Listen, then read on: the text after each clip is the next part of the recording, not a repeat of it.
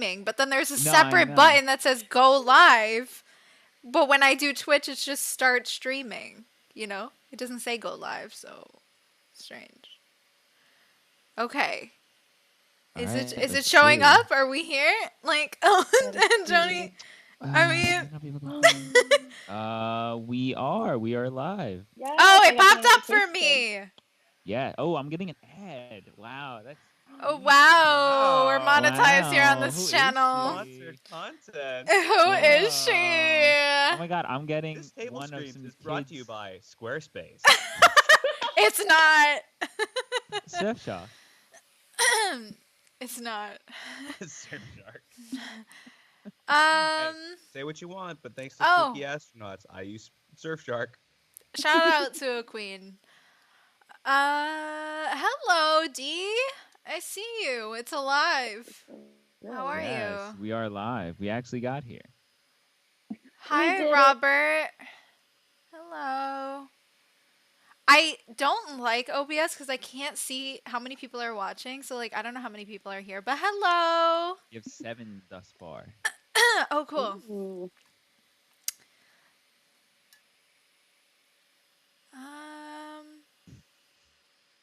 Oh, Shaheem left a message up here. Shaheen, Shaheen, Shaheen. We love Shaheem. Happy Death Day, everybody, and happy Death Day to Tree. We love it. Yes. Matthew says that they can't be here, but they'll be here in spirit and in death. Love that. Oh, hi, Shaheem. You're here. I was reading your message from earlier. How are you? How is everybody? Happy Saturday.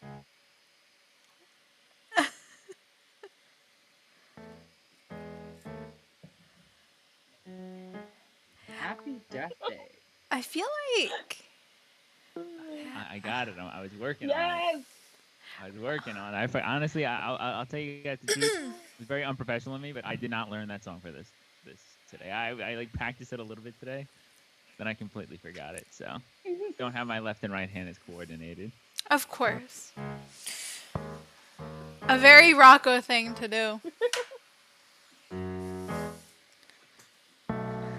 Yeah, whatever. You guys get the you know the song. I love that for you, Shaheem. Okay. I don't know how many people are here, but we're going with it. I still don't understand OBS yet. Y'all know me with my technical difficulties, right? It's not a table scream if there's not a crazy Exactly. technical difficulty. Speaking of that, you guys, does everybody sound good? We have no echo, right? Everybody's like vibing. Everybody sounds good. You don't sound like robots. Yeah, let's make Thus sure. far, I think it's probably good because nobody's saying Yeah, can you hear me from the other side of the world? No one is trying. No one's ears are bleeding just yet. It's Joni's bow for me. Icon. I'm all about the bow. Me too. I'm horrified by my blonde wig, but we're gonna let it rock. I look It's so absolutely bad. awful. No. I don't know if Do you can see not. it, but I'm wearing fake earrings as well. Oh my god. Yes, Wow. bitch! Accurate. You better Okay. fucking work. I don't mean to be contradictory, but how is an earring fake? It's if is magnetic, on the right? ear?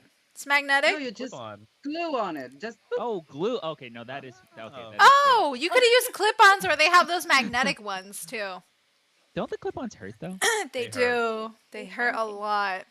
Don't- Hi, I hate it. Andy. I'm Thank you. Thank you, Andy. Hi, Stacy. Oh my god, new to the channel and a huge fan. Oh my gosh, thank you. Yes, Welcome everybody to the say spooky little Stacy. family, Stacy.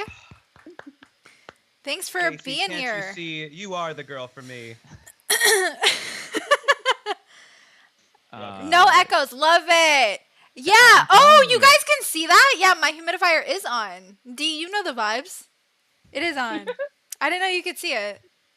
I Oh told yeah, you can Steve. see it. Maybe I should move it See the over. smoke. It sets the vibe. It looks It's not the ridiculous. vibe. Oh my I gosh, told you, thanks, Felice, Shaheem.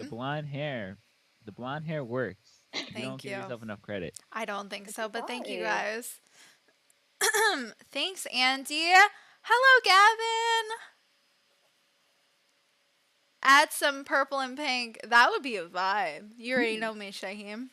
Okay, guys, we feeling good? Are we feeling Yeah. ready? Is everybody Yeah. here with me Are feeling you guys super ready? hyped? Is everyone ready?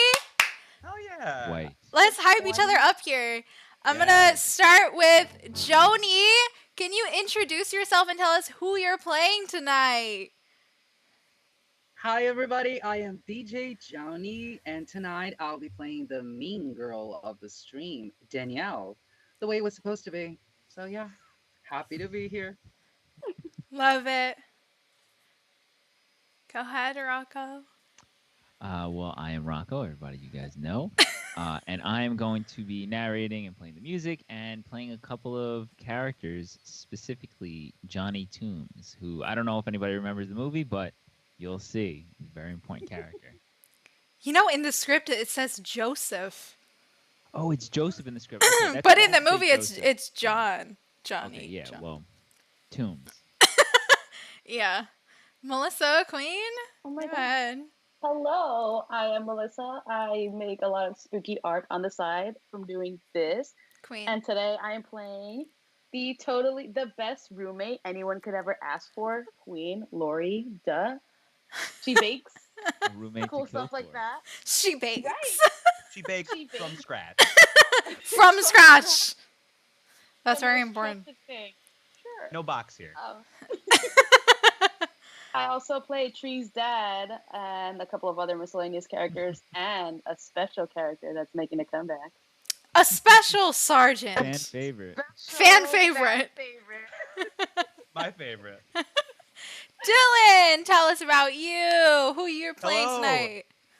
Hi, my name is Dylan Dagnay. I am a producer, a composer, a voice actor, and tonight I'll be playing the role of Carter and also the teacher, Gregory Butler. Right? Yes. Yeah. I love it. And you guys know me, it's your girl, and I'm playing Tree. Very exciting. I don't think I have any miscellaneous characters, but This is the first one? Yeah, this is the first one you Yes. don't. it's the Straight up first just time I Tree. don't. Yeah. As Scarlett Johansson says, actors should be able to play a tree. Oh my god. I forgot all about that. That was Triggered. rough. That was a rough moment for her, honey. How do you make so many bad moves in one year? L. Ooh. Mess. She has a Taking talent L's, for it. handing L's out. Joni as Danielle, let's go. Yes, we love Joni as the bad bitch. Yes. Rocco is an icon for multitasking. Booing. A Thank multitasking icon. Thank you, Shaim. Yes. Melissa's going to be great. She's going to be great as Lori. You were right. Stop it. She really got the scrubs and everything. We love Queen Melissa. I really bought legitimate scrubs for this, guys. It's the dedication. Shaheem, you are right. Dylan is totally Carter. That is why I totally typecasted him. I was just gonna say, everybody typecasted Dylan. Well, because nobody else but Dylan could play this part. Aw. Happy Aw, Death Day, shucks. starring Dylan as Dylan. Dylan is Dylan. I'm just honored to be here. Okay, I think we're ready to go. So, I'm Rocco, feeling good. whenever you're ready. All right. Welcome, everyone, and thank you for coming to Sweet and Spooky's production of Happy Death Day, our version.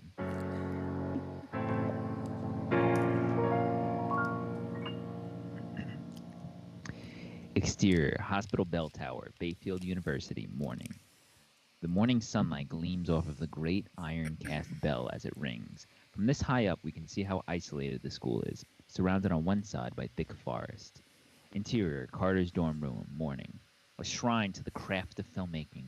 From The Witch and vintage Citizen Kane posters to the bookshelf lined with plastic-sealed Criterion Collection DVDs. Tangled in black skull and crossbone sheets, we find Teresa Tree Fox, 19, beautiful, amused. Outside, the bell tolls before a calm settles over the room. The quiet doesn't last as Tree's cell phone plays Into Club by 50 Cent. Oh, wrong one there. Tree stirs through the fog of her hangover, searching for her phone. As she sits up, several things hit her at once. She's not in her room. She's wearing a guy's t-shirt, and the guy it probably belongs to is bent down, crack out, putting something away under the couch. Carter Davis, 19, good looks hidden behind grudge and stubble, turns around and smiles at Tree. You're up. I wasn't Where are my clothes? on the nightstand. Tree fishes her phone out. One missed call from Dad. She snaps it shut with an exasperated sigh. Tree pulls off the t-shirt, exposing a black lace bra. Carter quickly turns his back to her. I don't know if you remember my name. You were pretty wasted last night. I'm Carter. Tylenol? What? My head's killing me. Do you have any Tylenol? Yeah, sure. Hold on a sec. He starts rummaging through the debris of his room while Tree finishes getting dressed. Carter finds a bottle of aspirin in a toiletry bag and offers her a pill. She snatches the bottle and dry swallows 3 like a pro. I'm Carter. Not a word of this to anyone. Got it? Sure. Tree starts to leave. The door is covered in a collage of Tame Impala and the Smith stickers. In the middle of it all is a bumper sticker that proclaims, "Today is the first day of the rest of your life." Tree opens the door and collides with a lanky freshman. The words are already leaving his mouth. Dude, did you hit that fine vagina or what? He meets Tree's hard stare and instantly shrinks. Tree pushes past him. Carter shoots the freshman a look. Nice one, dickweed. Carter's eyes fall on Tree's gold bracelet laying on the floor as it catches the light from the open window. She must have knocked it off the nightstand in her haste. Exterior, the campus, morning. Tree powers through the walk of shame across the bustling campus. She shields her eyes from blinding sunlight. She passes a female student who thrusts a petition at her. Stop global warming. Tree doesn't stop to acknowledge the proffered clipboard. A nearby car alarm goes off. Next, Tree notices a pair of students studying on the lawn as the sprinklers suddenly go off. They're getting soaked as they scramble to protect the books. On the left, Tree passes a group of frat pledges singing loudly. The frat brother stands beside a sign saying, 26th straight hour. Not a Willie or a Sam. I'm the 8th old man named Enery. Enery the 8th I am. Second verse, same as the first. Oh, Enery the 8th I am. Enery the 8th I am. The crowd of onlookers cheer as one exhausted frat pledge passes out, hitting his head hard on the pavement. Tree reaches the big ends of the quad and starts down the steps as Keith Lumbley, 18, a big-boned mouth breather, is just lumbering up the steps. Morning, Tree. She genuinely doesn't see him, and he sighs. The end of the steps lead to Sorority Row. Tree's house, Kappa Delta, is a converted mansion at the edge of the park. Tree creeps into the house, trying to avoid any of her sisters. She's got one foot in the stairs when... Oh my god, you sneaky little biatch. Busted. Tree turns around to face Danielle Bausman, 20, peroxide pretty. Who was it? Nobody. Sisters don't keep secrets. Seriously? It was nobody. Well, I hope nobody used a condom, because we don't want somebody getting chlamydia. Thanks for that, Danielle. So thoughtful. What are sisters for? Tree starts up the stairs. Oh, don't forget house meeting at lunch. Living for it. Interior, Tree's bedroom, morning. Tree is changed into new clothes and is running a brush through her tangled bedhead when her roommate, Lori Spengler, 18, a cherubic-faced redhead, steps from the bathroom, wet, wrapped in a towel. She finally rolls in. Shoving a pile of rejected outfits off her bed, Tree curls up with her childhood stuffed animal. Did I totally embarrass myself last night? Not at all. Unless you consider dancing on a table, starting two fights, and barfing pretzel chunks all over the bar embarrassing. Please tell me you're kidding. Oh, by the way, you also rammed your tongue down Nick Sim's throat right in front of Danielle. Get out. Yeah, for shizzle. She was so nice to me this morning. I think she was just as drunk as you last night. Consider it collective amnesia. Thank God for that. Tree looks at the clock. Crap, I'm so late for class. She starts putting her backpack together. Her side of the room is a giant mess. Clothes, makeup, and trash strewn everywhere. Can't find my damn book. Maybe if you cleaned your side of the room, you could actually find something. Just because I'm not an OCD freak. Ha! The textbook is under a pile of mail on her desk. Tree brushes aside a black envelope, snatching the book. Lori clears her throat behind Tree. Tree turns around and discovers her roommate, holding a cupcake with a single burning candle. Did you really think you'd keep it a secret from me? How did you find out? Driver's license. Not the best picture of you, might I add. I assume you changed my ringer too. Who, me? Never. Very Y2K core. Tree reluctantly takes the cupcake. Closing her eyes, she makes a wish and blows the candles out. What'd you wish for? A new roommate. What? And without a second thought, Tree dumps the cupcake into the trash. Hey, I made it from scratch. Sorry, too many carbs. Lori looks a little hurt. Tree grabs her bag. Doodles.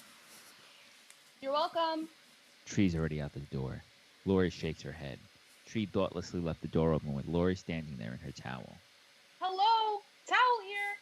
Interior, Dr. Butler's science class, morning. Tree sneaks into the rear of the lecture hall. Dr. Gregory Butler, early 30s, chisels, jots down notes on the chalkboard. When extreme agitation occurs, locomotive response in the subjects show an acceleration across the quantum plane, where... A quiet entrance is ruined by a very loud, squeaking door as Tree slinks into the room. As she takes a seat in the back, she makes eye contact with her professor. He shoots her a mysterious smirk. Exterior, lunch patio, or afternoon. A group of Kappa girls have gathered around a table as Danielle conducts a house meeting with the intensity of a UN assembly. To her right, Monica Keener, 18, a nervous pledge, diligently takes notes on a legal pad. To the other girls, including Tree, absently suck on sugar-free, no-whip mochas, or what they would call lunch. Visibly absent is Lori. And we still need to pick this year's charity. I can say right now, there's no way we're doing the high school orientation drive again. Last time, some math lead rubbed his protractor on my shoulder, and I almost barked from the smell. Thoughts? Another pledge, Becky Shepard, 18, doing her best to fit in, joins the group with her tray. All eyes fall on her food, a sandwich with a side of pasta salad and a tall glass of chalky milk. Feeling the weight of the collective stares. What's wrong? Oh, I don't know. What's wrong, Tree? Nothing except for the buffet you just dumped on our table. And is that chocolate milk I see? Becky looks I'm- horrified. It's breakfast. What is breakfast, Becky? She gets up with her tray and slams into Carter. The chocolate milk slides off the tray and splashes all over Tree. Danielle cracks up. Ass! She looks up to see who it is. Hole. Carter grabs some napkins from the dispenser on the table. I am so sorry, Tree. You two know each other? Yes. No. They look at each other. Tree's eyes could burn holes through him. Carter remembers her threat earlier. We had a class together last year. Tree snatches the napkins from him and starts wiping the chalky milk off of herself. I just came by to return this. He offers her the bracelet. I didn't know where you lived. Tree snatches it back and looks around to see if anybody saw the exchange. Luckily, they didn't. He waits for a thank you. Help you? He's hurt, but doesn't bark at her. He's better than that. Sorry again about the mess. Carter walks off. What a douchebag. Interior, campus bookstore, afternoon. Tree, now wearing a blue work smock to hide the chalky milk stain on her blouse, scrolls through Twitter. Her boss, Leonard Gilbert, 40s, wormy, peers over her shoulder. Teresa, I thought you were supposed to be unpacking the new shipment, not tweeting euphoria spoilers. I'm still on my 10. Your 10 ended like 10 minutes ago, Missy. Tree rolls her eyes. As she heads toward the back, she passes a display of school spirit paraphernalia, including a stack of eerie masks, the Bayfield Baby. Interior, stockroom, afternoon. Fluorescent lights hum in the sterile room as we find Tree hunched over a pile of textbooks, stamping the covers with stickers that say reduced. She's too immersed in the monotony to see the hulking figure standing behind her.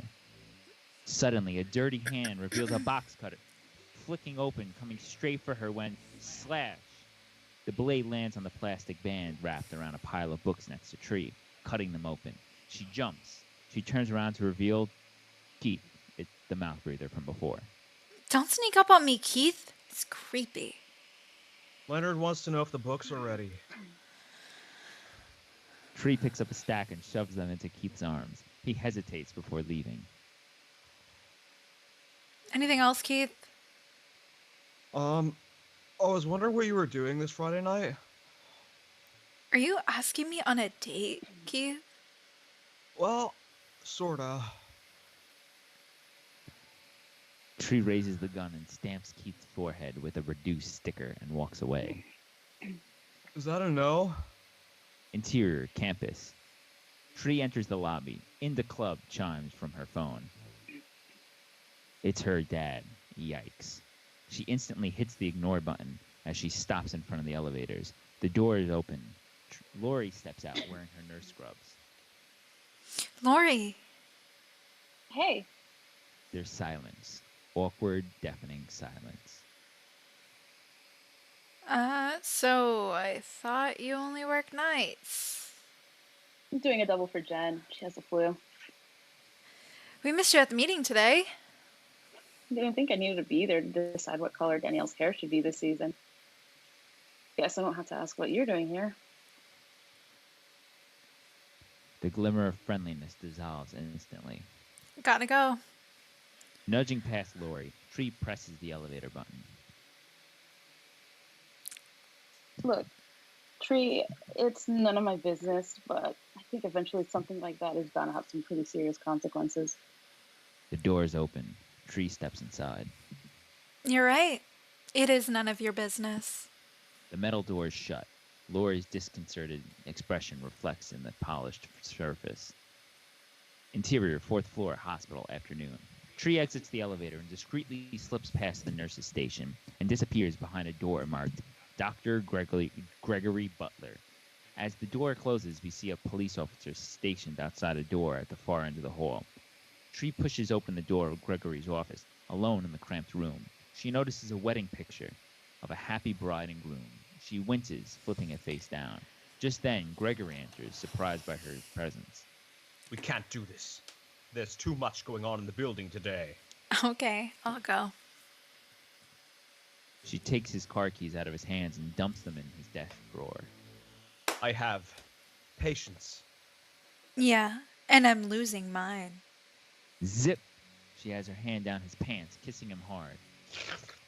This doesn't mean you're passing my course. Do I look like I care? They start kissing passionately. Tree accidentally kicks the desk chair across the room. It wedges itself between the door and a file cabinet. Perfect timing, because suddenly someone outside tries to open the door. Gregory, are you in there? Gregory's eyes go wide, and he pushes Tree off. They straighten up as Gregory opens the door. Hey, sweetie. Just wrapping up here. Tree squeezes past Stephanie and forces a smile, which isn't returned. Interior, Tree's bedroom, evening. Tree sits on her bed painting her toenails while 90 Day Fiancé, The Single Life, plays on TV. There's a light knock at the door. Enter. Danielle walks in, all dialed up. Tree sizes her up, brow furrowed. Is that my top? How cute is it on me? Just don't get anything on it, please. You mean like Nick's jizz? Wow, classy. What time are you going to the party tonight? I don't know. Later. Tree goes back to painting her nails. Just then, there's a blackout. She checks Ugh. her phone. It's 9:23. Ugh, our tuition dollars at work. A moment later, the lights go back on. Anywho, don't be too late, or all the cute Sigma boys will be taken. Danielle leaves. Looking down, Tree notices she messed up one of her toes in the blackout. Tree growls. As she reaches to grab the nail polish remover, she spots something. A photograph. Peeking out beneath the unopened mail, she picks up the photo. It appears to be a picture of her high school graduation. She squeezes between her proud father and mother, who looks like an older version of Tree. It's a painful memory, and like all painful things in her life, she stuffs it in the drawer, locking it away. Exterior, the thoroughfare, night. Tree, in a cute white dress, leaves the house, checking her voicemail as she walks at a brisk pace. She has a missed call from Gregory. Hey, it's me. I'll text you later about meeting tonight. Not sure if I can get away, but I'll do my best. By the way, that was close this afternoon, but kinda hot. Tree laughs. Save next message. Tree, it's Dad. I sat at the restaurant waiting for you for over an hour. This is ridiculous. How can you do that? Delete. Tree snaps her phone shut. She walks up the road and turns to a dirt path. This is the quickest way to the quad, a direct path. She glances at her watch. 10:43. It's a little less creepy during the day. Shit. She takes a breath and pushes away, ahead, when she hears a sound. What was that? Something? Someone? Hello? She continues walking, getting to a large tunnel-like underpass. Okay, it's definitely less creepy during the day. She walks through the tunnel, but when she finally reaches the end, a hand pops out from the shadows and grabs her around the mouth. Before she can react, a box cutter pierces her chest, tearing through her skin. She falls to the ground as the life is drained from her body. Smash cut to Carter's dorm room in the morning. Tree bolts awake, realizing it was just a nightmare. She inhales with deep relief. In the background, we hear the bell toll the hour. Suddenly, her phone rings.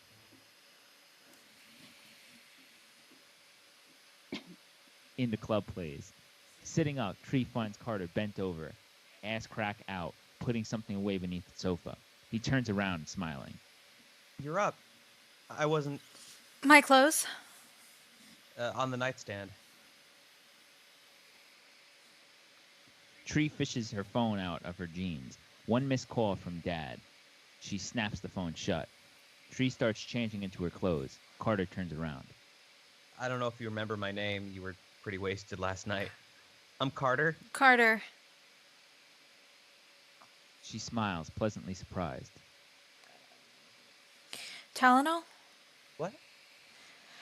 My head's killing me. Do you have any Tylenol? Oh, yeah, sure. Hold on a sec. Carter begins searching. Tree grows impatient and grabs his toiletry bag from under some clothes. She finds the bottle and dumps the pills into her hand. Wow, have you been here before? The question makes Tree pause. How did she know where the aspirin was? You okay? She turns and looks at his door. There's the sticker. Today is the first day of the rest of your life. Suddenly, the door opens. Enter lanky freshman. Dude, did you hit that fine vagina or what? He immediately shrinks at the sight of her. A little freaked, Tree pushes past him and hurries out.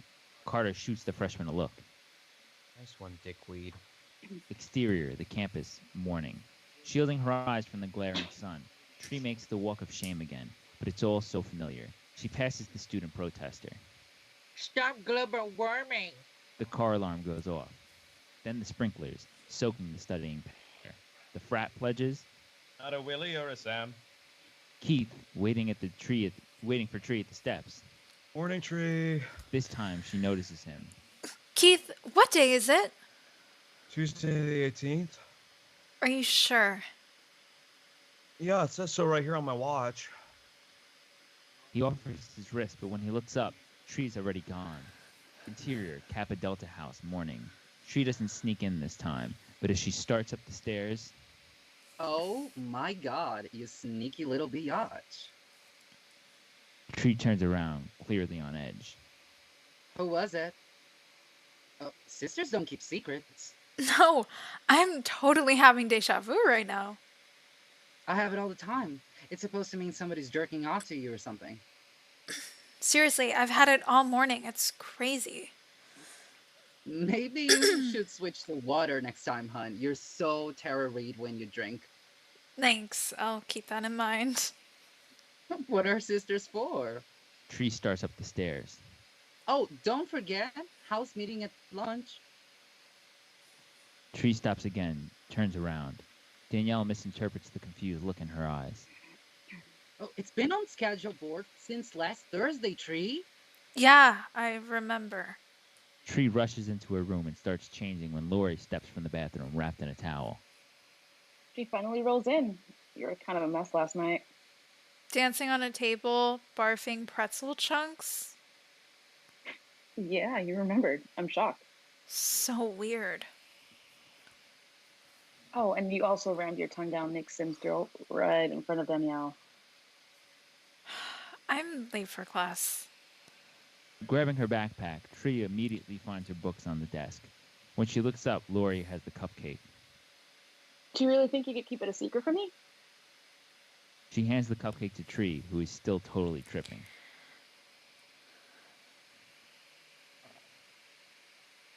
Don't you want to know how I found out? You looked at my driver's license? Well, aren't you the clever one? I gotta go. Tree sets the cupcake down. But you didn't even blow out the candle. She's gone. Pulling the door shut behind her, the wind blows the candle away. Blows the candle out anyway. Lori looks at the cupcake, her face a mix of emotions. Exterior, the patio, afternoon. The deltas are all around the table as before. Tree is spacing out as Danielle holds court. And we still need to pick this year's charity. I can say right now, there's no way we're doing the high school orientation drive again. Last time, some mathlete rubbed his protractor on my shoulder, and I almost barfed from the smell. Thoughts? Becky arrives with her lunch tray. What's wrong? I don't know. What's wrong, Tree? I'm just a little tired, I guess. No, dumbass. What's wrong with that? She points at Becky's food. So not Kappa Cuisine. And is that chocolate milk I see? I miss breakfast. What is breakfast, Becky? Humiliated, Becky stands with her tray. She starts to turn. Becky, look out! Slam! Becky collides with Carter. The chalky milk splashes all over Tree. Danielle cracks up. Carter grabs some napkins from the dispenser on the table. I'm so sorry, Tree. You two know each other? No. Yes. Tree slowly turns around and looks at Carter. He sees fear in her eyes and gets the hint immediately. We had a class together last year. Sorry again. He starts to walk off. Hey, He stops and turns around. She's right behind him now, hand outstretched. my bracelet? Oh, yeah, here. Reaching into his pocket, he drops it into the palm of her hand. For a split second, Tree pauses. How did she know he had it on him? What a douchebag. Interior, campus bookstore, continuous. Tree, her blue smock and all, scrolls through Twitter. Her brow is furrowed. This is all so familiar to her. She suddenly recalls Leonard approaching and puts her phone away, pretending to be productive. Yo, what are you doing? Working. I believe you're supposed to be unpacking the new shipment. Tree drops what she's doing and gets up. As she heads towards the back, she passes the display of school spirit paraphernalia. She freezes, looking like she'd just seen a ghost, her own. She creeps through the stocking room to see Keith looking into a mirror. Something feels off, though. She feels a shiver down her spine. She sees that he's wearing the Bayfield baby mask. She hurries out of the bookstore, thoroughly creeped out. Interior, campus hospital, afternoon. Tree enters the lobby. Her cell phone plays Into Club. It's her dad again. She instantly hits the ignore button as she stops in front of the elevators. The door opens as Lori steps out, wearing her nursing scrubs. Lori. Hey, She steps out. This time, Tree steps into the elevator. The doors start to close, but Lori's hand catches the bumper. The door's open. everything okay? Yeah, fine. Yeah, you were acting really weird this morning. I'm having a weird day. Look, it's none of my business, but I think eventually something like this is bound to have some pretty serious consequences. Lori, I really can't talk right now. Fine, I mean, it's your life. Lori pulls her hand back, letting the doors close. Interior, Gregory's office, afternoon. Alone, Tree turns over the wedding photo without looking at it. Gregory enters and quickly closes the door. We can't do this. There's too much going on in the building today. I need to talk to you. She reaches around him to lock the door. Tree, I know what you're going to say. You do? Gregory puts his car keys in his desk drawer. It's normal for a young girl to have feelings for an older man. But you can't let it cross that line. You can't fall in love. I'm not falling in love with you. You're not. No, I've been having... Overcome with lust at her proximity, Gregory lifts her to his desk and starts to kiss her. Tree resists, but he's not stopping. Tree is overcome with a sudden sense of dread. She pushes him back. Your wife. Okay, that's kind of a buzzkill. A jangling of the doorknob. Then a loud knocking. Gregory, are you in there? Thank God you locked the door. Tree and Gregory hurriedly adjust their clothes and enter and open the door. Didn't realize I locked the door. Have you met my student, Teresa? No, don't think I have. Hi. Tree edges past as Stephanie grills Gregory. Interior, 4th floor, hospital, continuous.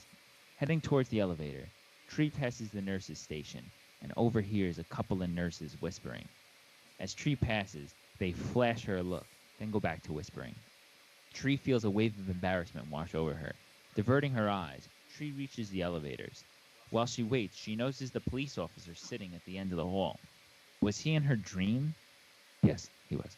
Interior, Tree's bedroom, night. 90 Day Fiancé, The Single Life, is on the TV. Tree's at her dresser, looking at the same picture from her high school graduation. Suddenly, Danielle bursts into the room as if she owned it. Tree recognizes her top instantly. I know. I'm just borrowing for tonight. How cute is it on me? Overwhelmed by her deja vu, Tree looks at the TV. She recognizes Big Ed talking to Liz. What time are you going to the party tonight? Hello, Earth to space, bitch. What? What time are you going to the party? I don't know. Later. Blackout. Oh my god! The lights come back on.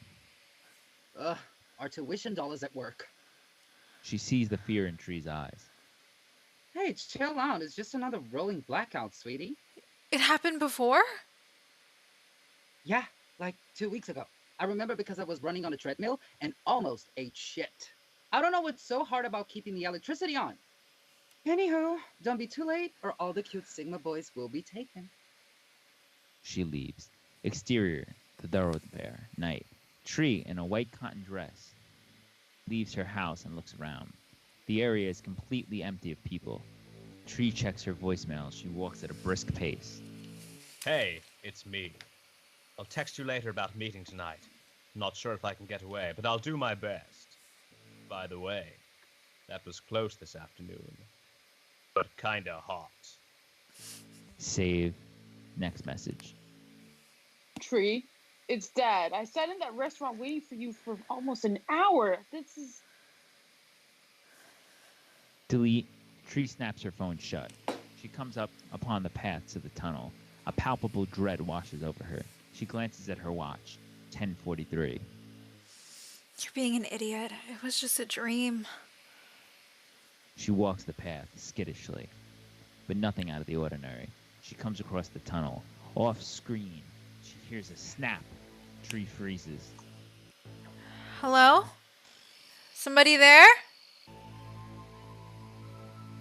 She looks around. All seems quiet and still until she catches something or someone move in her periphery. Tree spins around.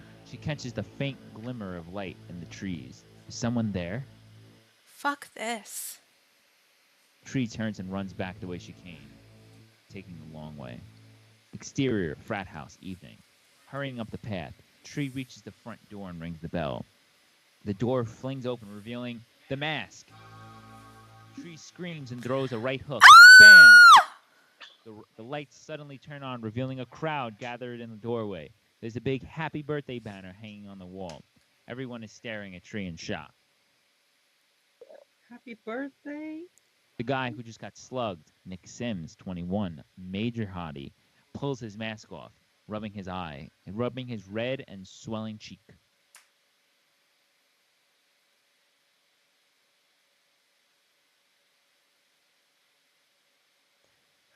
What the hell, Tree?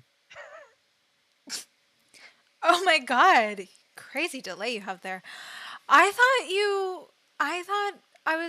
so sorry. Danielle steps forward, addressing the crowd.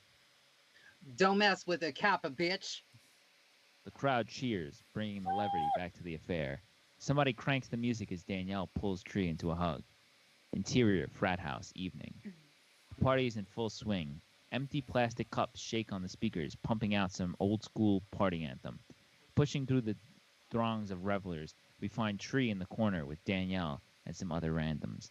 Tree checks her cell phone. No new messages. The disappointment registers on her face. That slut. Who? Lori. She should be here. She's so out of the house next year. I think she had a double shift. What else? She's been boning some mystery guy.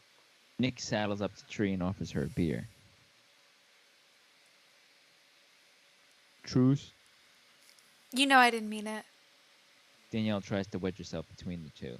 There's a lot of hair flipping and eyelash batting, but it's pretty obvious that Nick is more interested in Tree.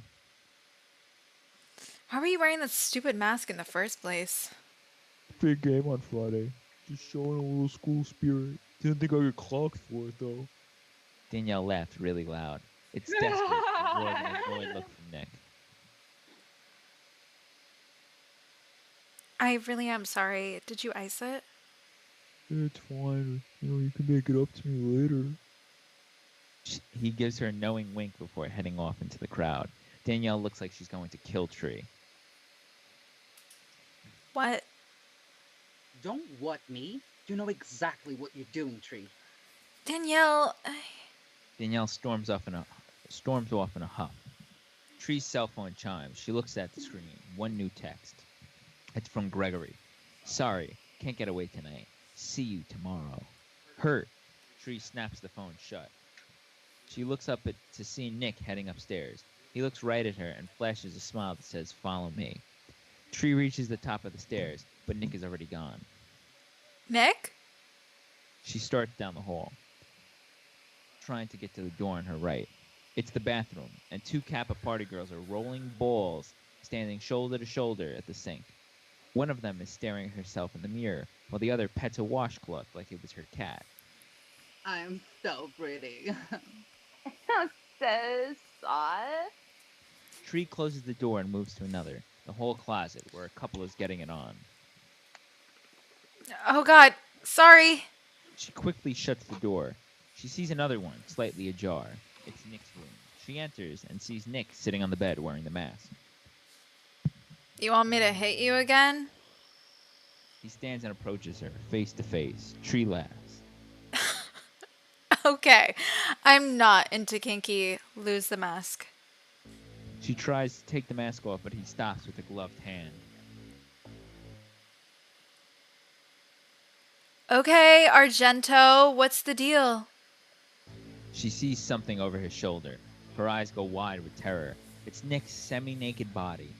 Tree starts to scream as the killer grabs her throat and pulls out a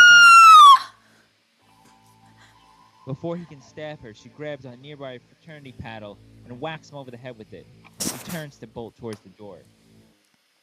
Somebody help me! The music and crowd wildly easily drown out her cries for help. The killer grabs her by the hair and tosses her back, slamming into the window and breaking it. She tries to get up, but he slams into her, forcing her neck towards the jagged glass. She fights back, holding herself against his weight, mere inches above the glass. No! The attacker trips her and she slips, impaling herself on the glass. Smash cut to interior, Carter's dorm room, morning.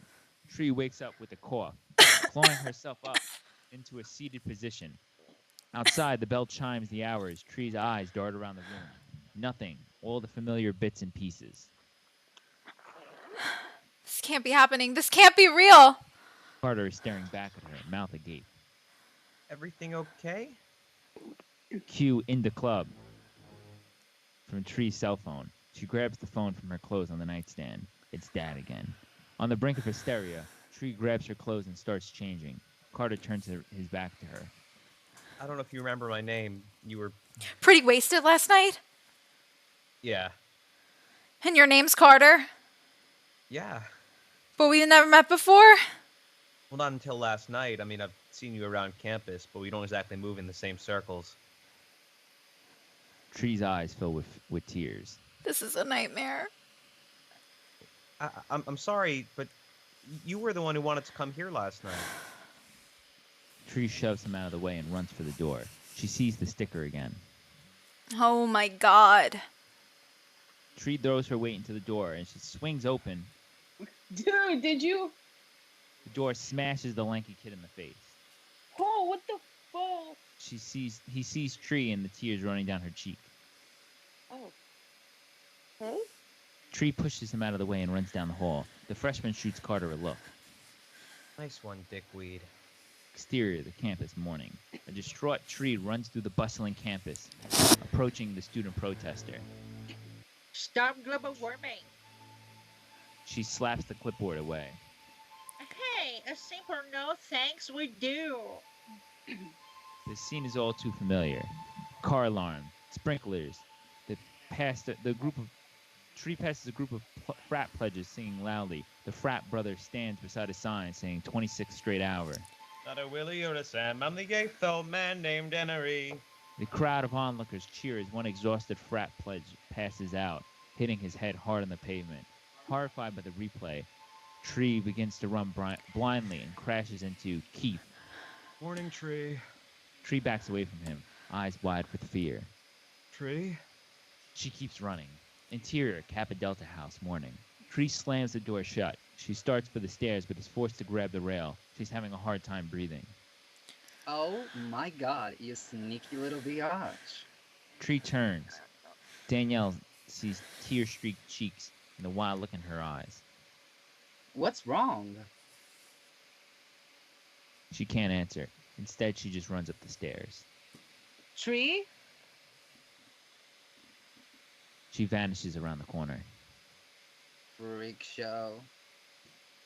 Interior, Tree's bedroom, morning. Tree throws herself on the bed and sobs into the pillow.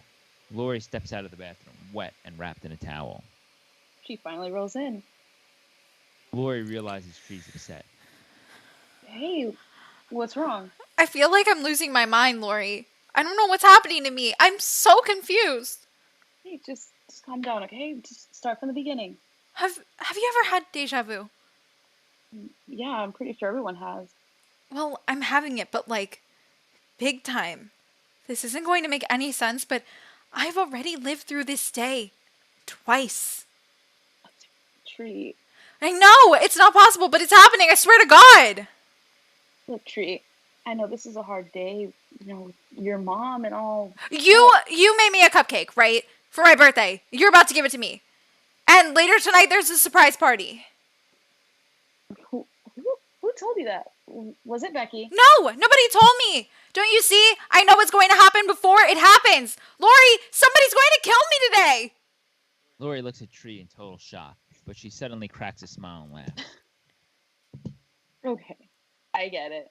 Very funny, okay? Who Who put you up to this? Was it Danielle? No! This is some stupid fucking joke. I'm being totally serious. It's already happened, but I don't know who it is. Okay, Tree, you're really starting to freak me out right now. How do you think I feel? Tree, listen to me. Nobody's trying to kill you. Yes, they are! Tree, look at me. Gripping Tree by the shoulders, Lori looks into her eyes. Okay, you need to take the day off, okay? Skip class, go for a walk, catch up on like the millionth 90 Day Fiance spinoff, something. That's it. You're gonna go for a walk? Something like that. Smash cut to the dresser aggressively slams against the door, securing it. Tree steps back to admire her handiwork, and we can see that her room is now barricaded up like she's preparing for war. Suddenly, someone tries the handle. Tree looks at the door, startled.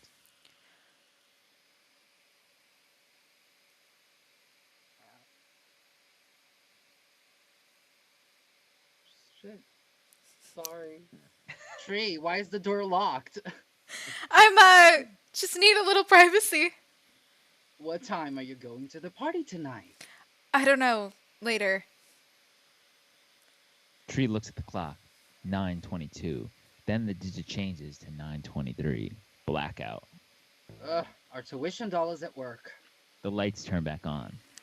Anywho, don't be too late or all the cute Sigma boys will be taken. Tree listens to Danielle's footsteps walking away, then collapses on her bed. As she flicks the TV back on, Tree finds the cupcake Lori made for her sitting on her desk. Before she can take a bite, Tree notices the 90 Day Fiancé The Single Life Marathon is still playing. It feels like a bad omen. She opts for a station change. Tree begins searching for the remote, but it's nowhere to be found. Lori, what did she do with the friggin' remote? Tree goes to her desk, riffling through loose papers when she comes up upon a stack of mail in the black envelope. Perplexed, Tree opens it. Inside the envelope is one of those 3D cards featuring a weird little elf waving a happy birthday sign attached to a tiny spring. On the blank side of the card, written in black marker, a childlike scrawl reads, "Hope it's your last one." Disturbed, Tree slowly lowers the card when the TV turns off. Tree looks at it. What the fuck? She walks over and turns it back on manually. Tree immediately changes the channel to an unfolding breaking story on a local news station. A reporter is standing outside the entrance to an emergency room. Where suspected murderer Joseph Toombs is being treated for a gunshot wound following a deadly shootout this morning that left one officer dead. Toombs had been the subject of a nationwide manhunt. The tree suddenly turns off again. The TV suddenly turns off again. Tree freezes. In the stillness, we hear a scraping noise coming from the closet. At this moment, it dawns on Tree that she never checked the room before she barricaded herself in. Picking up the hammer, she creeps towards the closet. The door is slightly ajar. She grips the handle, raising the hammer and pulling the door open to see an empty closet. She turns around to see the killer standing right behind her. He swipes at her, but she dodges and kicks him in the family jewels, sending him reeling back. She tries to pull the dresser out in front of the door, but it's too heavy, so she wedges herself between the wall and the object, getting ready to push. She moves it a couple of inches before she feels a blockage. She looks over to see that the killer has stopped. He laughs and raises his foot, placing it on the dresser. Tree realizes what's on his mind. Oh, fuck. The killer slams his foot into the dresser. Smash cut to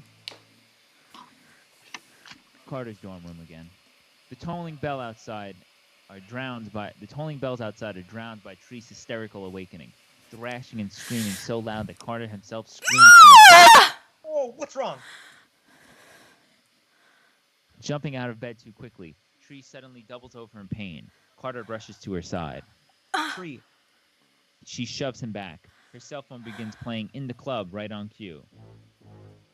Tree grabs the phone and throws it against the wall. Shut up, shut up, shut up!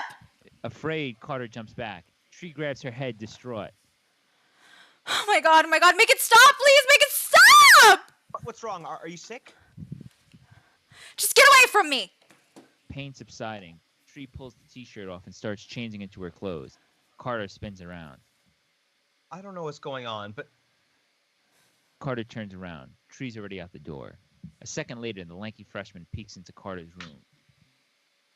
Dude, what's up with the cycle? Exterior, the campus morning. Tree staggers through the crowd thoroughfare, her eyes darting left and right. Everyone she passes has an air of menace. Anyone could be the killer. Becoming winded again, Tree stops in the middle of the walkway. The student protester thrusts the petition at her. Stop global warming. Tree staggers back. The car alarm goes off. Then the sprinklers. Then behind her, the frat guys are singing. Tree begins to turn I'm into Henry VIII, I am. Tree begins to turn in a circle, the world spinning around her in a kaleidoscopic nightmare. Everything builds to a deafening crescendo. And Tree collapses into the pavement. Interior, Tree's hospital room, afternoon. Tree jolts up, shrieking. She tries to leave her hospital bed. Oh, okay there, little missy. Just hold your horses. Dr. Elliot Winter, 50s, kind face, tries to stop her. Got a nasty concussion, ma'am. That's it? Why can't I go? Where's your father? We've been trying to contact him, but he must have an old number on file. What do you need him for? Need your full medical history. Our system's down in rolling blackouts, and we can't retrieve any records. Specifically, we're trying to find out how many times you've been hospitalized. Never. Excuse me. I've never been hospitalized before. A grave expression falls over the doctor's face. What? Dr. Winter opens a file and puts up a series of x-rays on the light board. Just got these back from the lab. You see here? He runs his fingers over a chest x-ray. These are your lungs. There's some scar tissue here. At first, we thought it was a simple sign of pneumothorax collapse lung, but then we saw these. He points it to a light-colored lines crisscrossing through her neck and the lower abdomen. These are signs of major trauma, Teresa. I mean, given the severity of the scar tissue and the size of these lesions, What? you should be dead. The words sink in slowly. Tree faints. Tree lays in the hospital bed. A hand approaches and touches her, jolting her awake. She looks up to find Big Daddy Gregory. He sits beside her. Hey, Tree, it's me. It's okay. What are you doing in here? Just checking on you. I heard they had to sedate you. The drugs take a little while to wear off. What day is it? Tuesday the 18th. Why? Tree closes her eyes. It wasn't a bad dream. Her eyes filled with tears. Nobody believes me. Believes what? That I'm dying every day. Must be the drugs. Gregory brushes her hair out of her face. I can't stay long. Stephanie's gotten us into some god-awful charity thing tonight. But I'll come check on you first thing in the morning. I am really thirsty. Gregory starts to pour her some water. No water. Can you get me a Coke? Sure. Be right back. He kisses her forehead and leaves. Interior hospital hallway moments later. Gregory fights with the machine as it won't take his dollar. It finally sucks it in. Ooh. He punches the button as the soda can dumps into the tray. He returns to her room. Special delivery. But she is gone. Interior, 4th floor, hospital, same. Tree quietly exits the elevator. There's only one nurse at the station, but she's too busy reading a cheesy romance novel to notice Tree as she tiptoes right past her.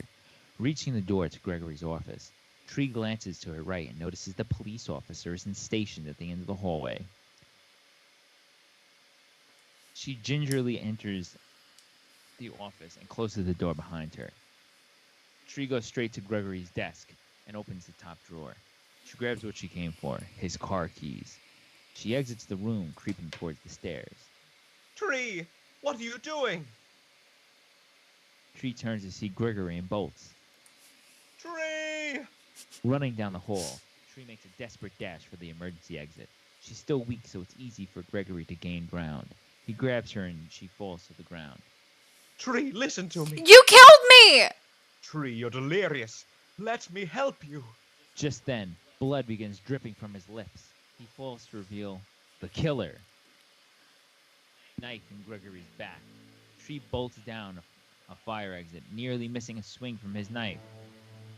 She trips and falls down a flight of stairs, landing in front of a door that leads to parking lot level 1. Bursting out of the door, Tree screams for help, but there's no one around. She reaches in her gown to find that the keys are gone. She must have dropped them in the stairwell. She turns and hears the roaring of an engine. Behind her, the killer has found Gregory's car and is revving the engine. He slams on the gas and she jumps away, narrowly missing the impact. Tree turns to see the killer is in the driver's seat, unconscious. She sneaks over and carefully pulls him out of the car, jumping in and speeding away. Realizing she's escaped, Tree is overcome with a wild euphoria. She begins pounding the steering wheel, laughing through her tears. I did it! Her celebration is cut short by the sound of sirens. Tree glances in the rearview mirror to see a police car closing in. Shit. Tree slows down and pulls over onto the shoulder.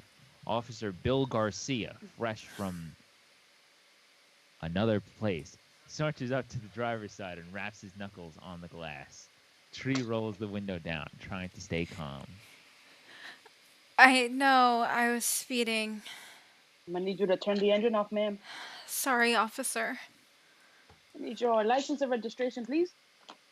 I don't have them. Excuse me. Someone's trying to kill me again. Again? Oh my god. Yes. Anya. He's tried before, but this time I got away, but I didn't have time to get my clothes, and then my driver's license was in my pocket. Garcia grabs his flashlight and shines it in Tree's face. She squints back. Ma'am, are you under the influence of any alcohol or controlled substances? No, I am not. Wait, if I am, does that mean that you'll arrest me and put me in a jail cell? I mean, that's usually how it works, yeah? I'm drunk. You are? Wasted, and I'm high. Pills, weed, you name it, man, I'm on it. Oh my god, this is like the kids of 84 all over again. Esta tipa está loca. I guess I'm placing you under arrest. Good idea. She gets out of the car. Garcia cuffs Tree's hands behind her back and leads her to his cruiser. As he opens the back door, Tree looks at him and smiles. Thank you. He pushes Tree into the back seat. Before Garcia can get into the seat, he's struck by a speeding car. The impact shears the back of the door right off as Tree screams in terror. Hands cuffed tightly behind her back, she struggles to get out of the cruiser. Feet crunching over broken glass, she slips out and lands hard on the pavement.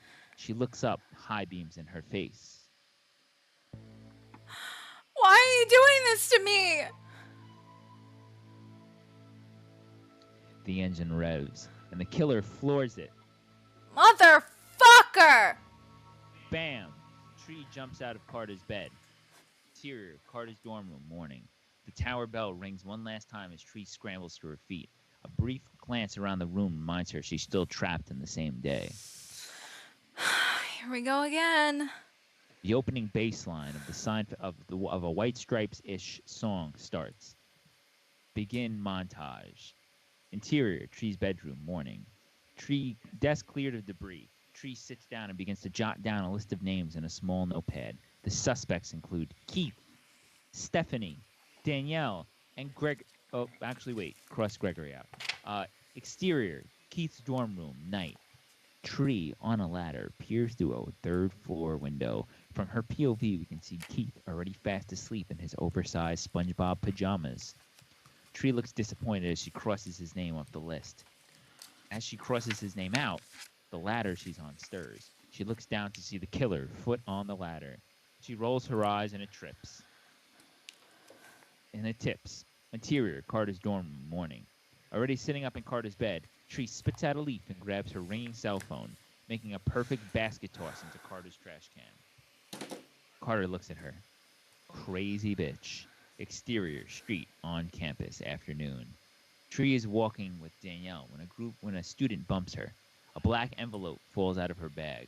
Tree grabs it. It's just like the one she found in her room earlier. Danielle looks guilty. Tree attacks her and a catfight ensues right there on the street. A few bystanders try to stop them. Danielle and Tree fall off the sidewalk and into the street. We hear a horn blare and then Tree and Danielle both look as an oncoming bus speeds towards them. Interior, Carter's dorm, morning. Tree's head lies on the pillow in the same position. She opens her right eye, squinting, wincing in pain. She gradually pushes herself up. This is getting really freaking old. Looking to her right, she sees Carter staring at her. I'm fine. Really. Tree stands and dismisses the call from her dad. I don't know if you. Carter! Shh! Silencio! She crosses out Danielle's name on her list. Carter nods as Tree shuffles over to his desk and unearths the toiletry bag. She helps herself to his aspirin. How did you? He watches Tree pour 6 pills into the palm of her hand. I don't think you're supposed to take that many. You could die. If only it were that easy. Water, por favor! As Carter retrieves a bottle from his bedside, Tree is already at his door. She pulls it open. The lanky freshman is already there. But before he can say it, Hi, I'm the so-called fine vagina, and if that's the way you refer to girls, you and your hand are going to have a very lasting relationship. Tree pushes him back gently. Thanks for stopping by. She closes the door in the freshman's stunned face. Turning around, Carter is still wearing the same confused look on his face. Tree takes the bottle of water from him and knocks back the pills before chugging down what's left of the water. She tosses the empty bottle on the floor and finally acknowledges Carter's dumbfounded stare. What? Are you always this charming in the morning? Just this one. Tree pulls her t-shirt off. Carter spins around as she starts getting dressed. So, bad dream? Sorry? You were screaming before you fell out of bed. Oh, I was dying. Again. Dressed, she turns around.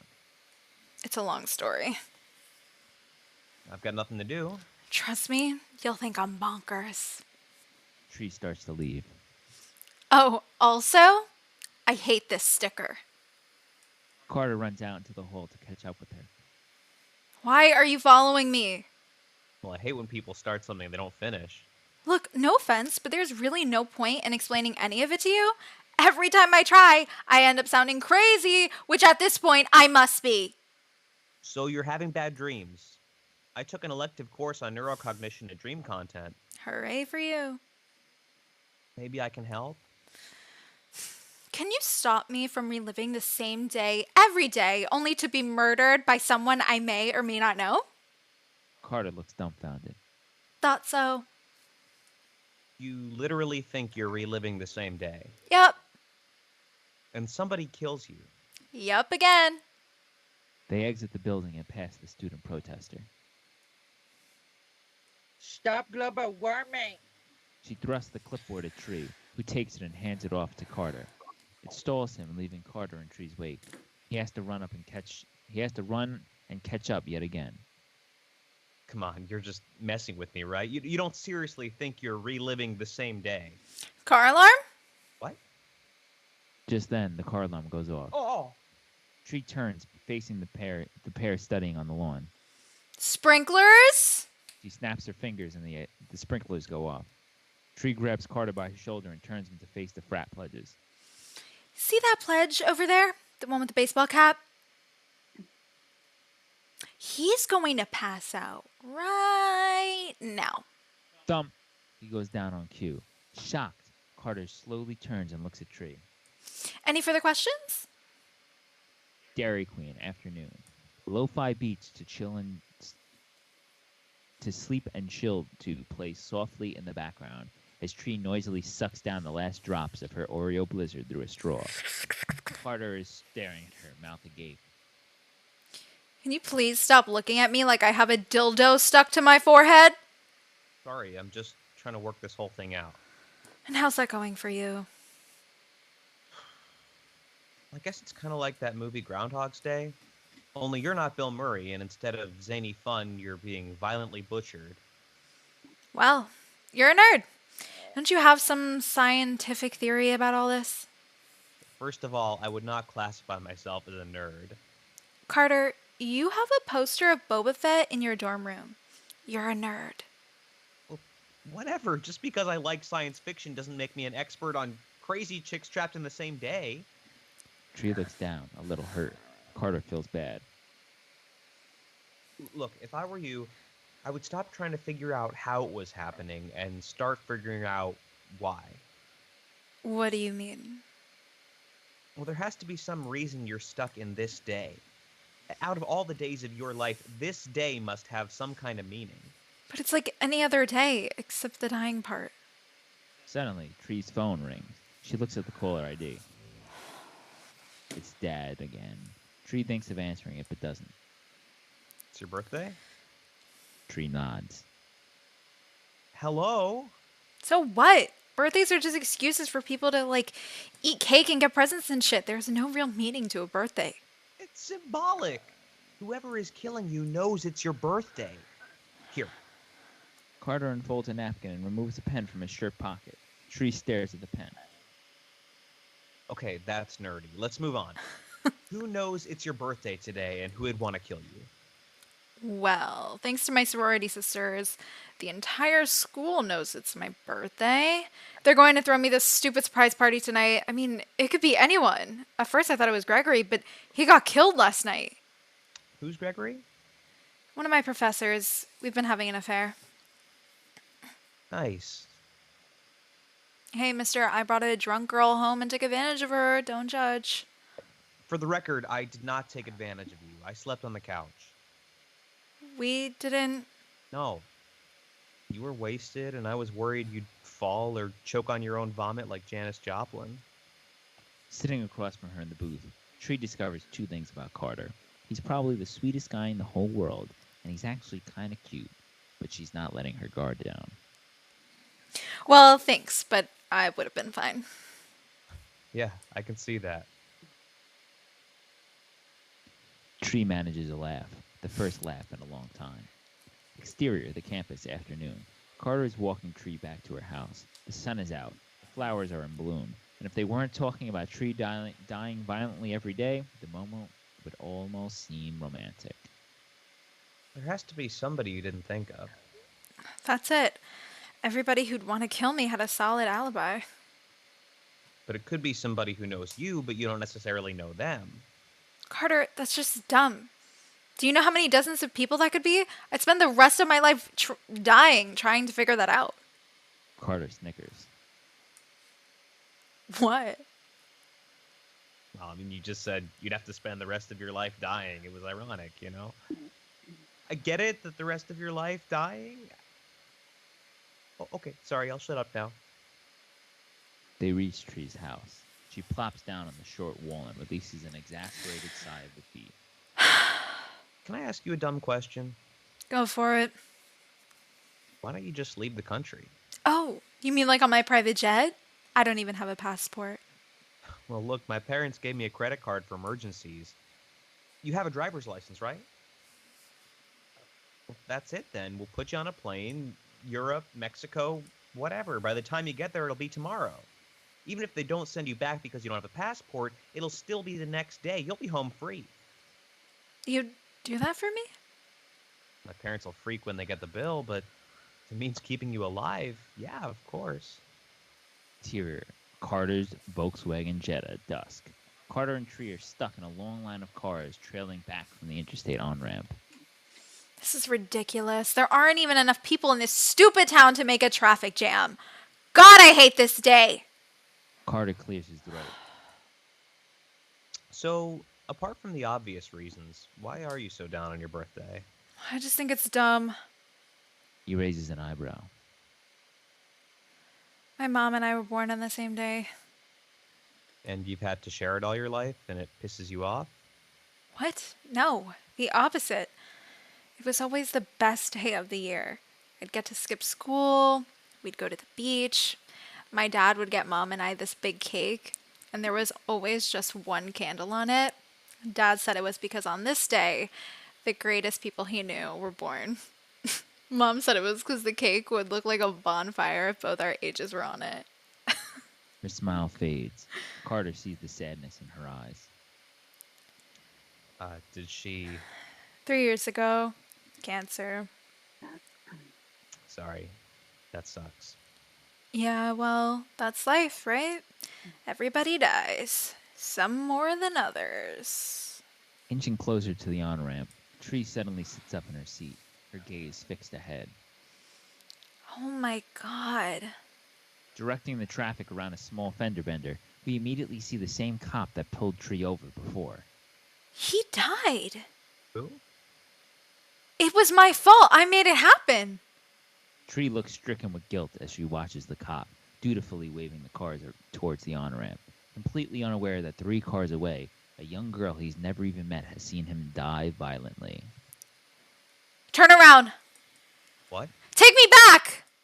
Tree, I'm getting you out of here.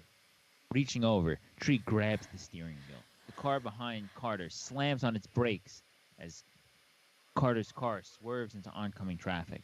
Narrowly escaping a major accident, Carter slips on into the flow of traffic heading back towards the campus. Are you crazy?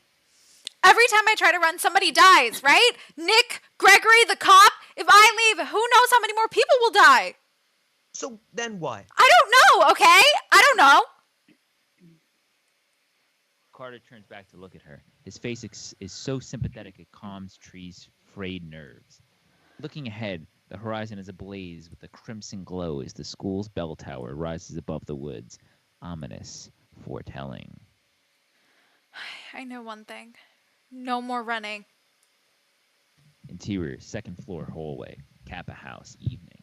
A vexed Danielle bumps into Tree as she exits Tree's room, holding Tree's blouse. Where were you? You ditched our house meeting. Danielle, I'm sorry. I'm just going through a lot right now. It's mandatory, Tree. I just finished telling your roommate there the same thing. If you guys want to be Kappa sisters, you have to stick to the schedule, or else you're out. Then I'm out. Tree yanks her top out of Danielle's hand and walks off. Danielle is floored. Have fun back in the dorms. Interior, Tree's bedroom, evening. Lori is zipping up a small bag when Tree enters the room. As she flops down on the bed, Tree notices the cupcake sitting on the nightstand. She just bit you out too? I so could care less. Are you guys fighting? Danielle and I? No, you and Gregory. He asked where you were, said you didn't show up to his class. I can't even think about that right now. I'm off. I've got A double shift, I know. Right. Lori starts out the door but stops. Something is on the tip of her tongue, but she chickens out. Oh, see you later. Bye. Lori leaves. Tree lays back down on her bed. Exhaustion and pain have taken their toll, and she easily dozes off. Interior, Tree's bedroom later. Tree wakes up, looks at the clock. 9:19. Danielle bangs on the door before entering in a huff. She's all dolled up, sans Tree's totally cute top. Well, it was supposed to be a surprise, but since you're being a total bitch, I decided to spoil it. The party at Sigma House tonight is a surprise birthday party for your ungrateful ass. So I suggest you just suck it up and go. And just don't even try talking to me when you're there. Got it? Danielle storms out, slamming the door behind her. Instead of getting upset, Tree grabs the cupcake Lori made her and peels off the paper shell. She's almost about to take a bite when blackout. Damn it! The lights come back on and Tree finds the cupcake resting upside down on the floor. So much for that. Tree picks it up and dumps it in the trash. She turns the TV on. 90 Day Fiancé, The Single Life is still playing. Oh, for God's sake. Big Ed, enough already. She changes the channel. The same local news report is on, but this time she's catching the beginning of the story. Tree instantly recognizes the hospital on TV. It's the one on campus. I'm standing outside Bayfield University Hospital, where suspected murderer Joseph Toombs is being treated for a gunshot wound following a deadly shootout this morning that left one officer dead. Tree slowly rises from her bed as they cut to Toombs' mugshot. Toombs was the subject of a nationwide manhunt that ended after a 5-month pursuit across 4 state lines that left 6 known female victims. Authorities are still not sure if Toombs is responsible for the murders of more than a dozen other victims he claims to have buried across the vast deserts of Arizona and New Mexico. He's been here this whole time? Tree has a flashback to when she was running from Gregory in the hospital. As she passes the officer's empty chair, she catches a split-second glance at what appears to be a speck of blood. Oh my God, he's going to escape. Interior, 4th floor, hospital, night. The same nurse is reading her romance novel when Tree runs up to her station, startling her. He's going to escape. Call the police. Who? Joseph Toombs, just call the cops. Tree runs down the hall and sees the guarding officer as he enters the room. Wait, don't go in there. He didn't hear her. Tree spots a fire axe mounted on the wall. She retrieves it and approaches Toombs' room. The first thing Tree sees is the officer's body lying on the other side of the bed. His throat has been slit. His gun is missing from his holster. Hi, little missy. Tree turns around and finds her killer standing behind her.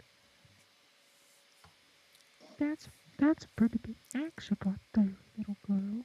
Tree raises the officer's stolen handgun. Tree starts to swing the axe. Toombs fires twice. Both bullets ricochet off the blade, knocking the axe out of Tree's grip. Oh, shit. Tree bolts for the door with Toombs following suit. Running out of the door, Tree slams into the nurse. What are you doing? Run! Tree tries to grab her, but the nurse pauses to peer into the room. Bam, bam, bam! 3 rapid-fire shots take the nurse down. Tree screams and runs for the elevators. Before she can reach the doors, they close. Toombs rounds the corner. Backed against the elevator doors, Tree watches helplessly as Toombs advances, gun raised and ready to fire. Suddenly, Carter appears behind Toombs. He tackles him. The gun goes off twice before falling from his grip. Tree is quick to grab it. She aims at Toombs and fires. Click. Tree's eyes widen in horror. It's empty. Without missing a beat, Toombs pulls a hunting knife tucked away and drives the blade into Carter. Carter! He's dead. Tree backpedals away from the elevator as Toombs rises to his feet. Tree turns and runs down another corridor. It dead ends at a door marked stairs. Assuming it was another fire exit, Tree discovers the stairs only to go towards the bell tower. When she bursts through the door, she nearly falls over the railing. She turns to see Toombs, knife in hand, now in the hallway. She looks around. There's only one way out. See you tomorrow, asshole. She leaps. As she falls, Toombs peers over the side of the rail, confused.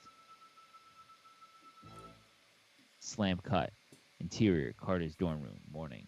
Outside, the bell is still tolling as Tree's eyes snap open. She sucks in a breath of air and exhales with a wheeze. She looks pale. We don't know how many more lives she's got left, but her eyes are filled with purpose. She knows who her killer is, and she's not afraid anymore. Tree sits up and sees Carter staring at her. You're up. I wasn't. Weak, but elated to see him alive, Tree jumps out of bed and throws her arms around him. Thank you. I can't believe you tried to save me. Carter's body is rigid in Tree's awkward embrace. He finally pats her back cordially. No biggie. She pulls away as her cell phone plays in the club.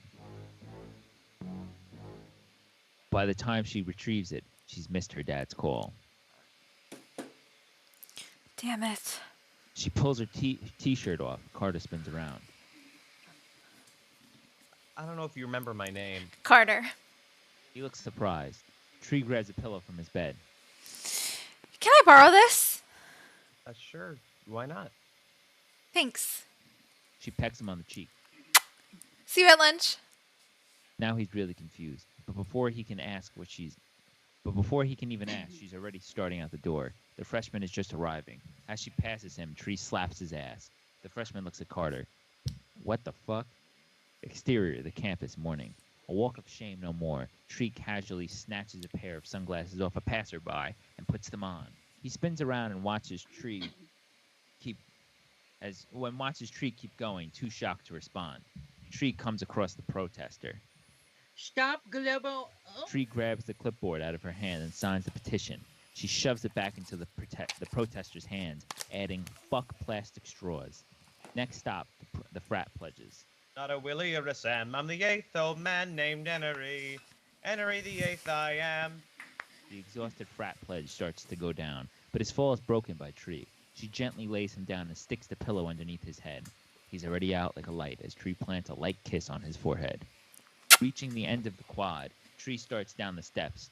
She sees Keith up ahead and waves to him. Morning, Keith. He almost has a heart attack as she gives him a bear hug. Have a great day. Thanks. As he watches Tree goes by, his confused expression yields to a smitten grin. Interior, Kappa Delta House, morning. Starting up the stairs, Tree is accosted by Danielle. Oh my god, you sneaky little biatch. His name's Carter. We didn't have sex, but I think if I get through this, I might have his children. Lots of things to do. Gotta go. Tree's really racking up the baffled expressions today. Interior, Tree's bedroom, morning. Dressed and ready for the biggest day of her life, Tree smiles as Lori exits the bathroom. She finally rolls in. Lori, I'm late for class, but I wanted to say that I'm so sorry for being such a shitty roommate. I know you've been seeing somebody and you couldn't even talk to me about it, and that's fucked up.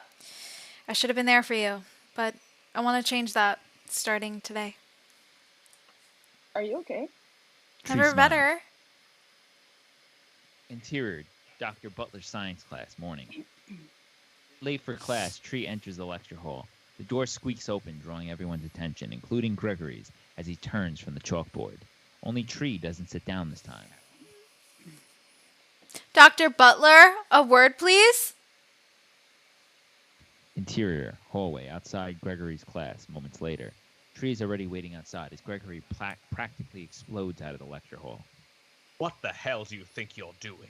Ending this. Wait, what? I wish I'd never started seeing you. It was wrong. Anyway, I can't change that, but I can start doing the right thing today. What lame self-help book did that come from? You know something? You have a wife who really loves you. If you can't be committed to her, then have the balls to leave her. Don't expect me to let you coast by in my class now. I already dropped it. She flips him the bird before disappearing out of the door. Exterior, lunch patio, afternoon. The Kappa lunch meeting is in full swing. Danielle is holding court when she sees Tree approach the table with a tray full of junk food. She sets it down and instantly dives into a wedge of cheesecake. Everyone is staring at her like she's a leper. This is totally amazing. Becky arrives with her tray, including a sandwich, pasta salad, and the notorious glass of chalky milk. As she sits down, Okay, what's going on in here? Did I miss the memo? Sorry? What's up with the Fat Fest? We're Kappas. Tree shoves her plate of cheesecake towards Danielle. Live a little, hun. A few calories won't kill you. No, they'll just turn me into a chunker, like Becky here. Becky looks like she's going to die. She starts to get up with her tray of food, but she doesn't see Carter coming. Smash! They collide. Only this time, Tree's ready as she nimbly ducks out of the way.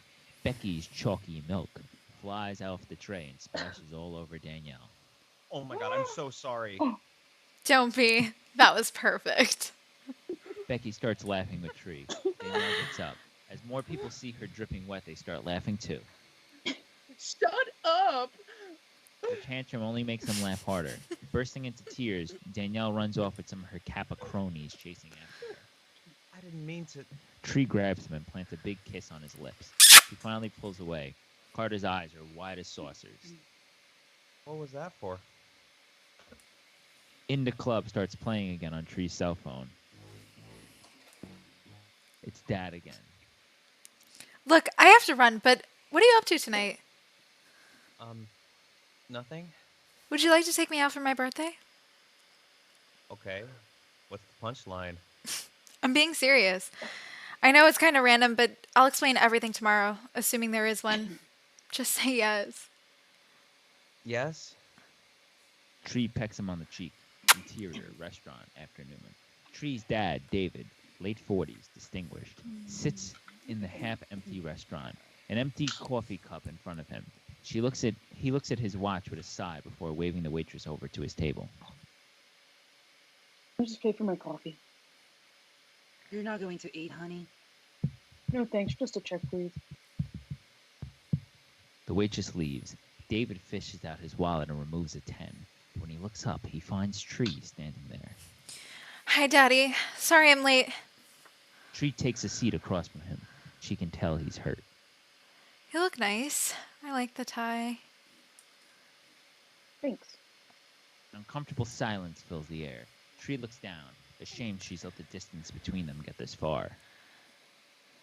So, how's school? It's fine. Dad, I don't want to do that anymore. Do what? You know, small talk. David looks surprised by her forthrightness. This day, it's so hard. I mean, I miss her so much, and I thought if I just avoided it and you, it'd be easier. If it is worse. All this running and hiding has made me so unhappy. And I think I finally figured it out. It took something crazy for me to get it. But I'm here, and I love you, and I'm just so sorry for hurting you. Tree's dad looks visibly moved. Tree wipes away her own tears. He takes her hand and kisses it. Happy birthday, baby. Thanks, Dad. Interior, Tree's bedroom, evening. We're close on a chef's knife as Tree slides it into the back of her jeans before hiding the handle with a tight t-shirt. Pulling her hair back into a ponytail, she glances at her reflection in the mirror. Her eyes say all we need to know. She's ready to take control. Take control of her destiny. Teresa Fox is going to make it to Wednesday the 19th, even if it kills her. Interior, 4th floor, hospital, night. Our heroine, slips past the nurse's office. Much to her relief, she finds the officer just sitting down outside of Tomb's room with his hot cup of coffee. Tree quietly approaches him. He looks up at her, surprised. Can I help you? Tree brings a finger to her mouth, shushing him. This is going to sound crazy, but Joseph Toombs is going to escape tonight. What? Please, just check on him.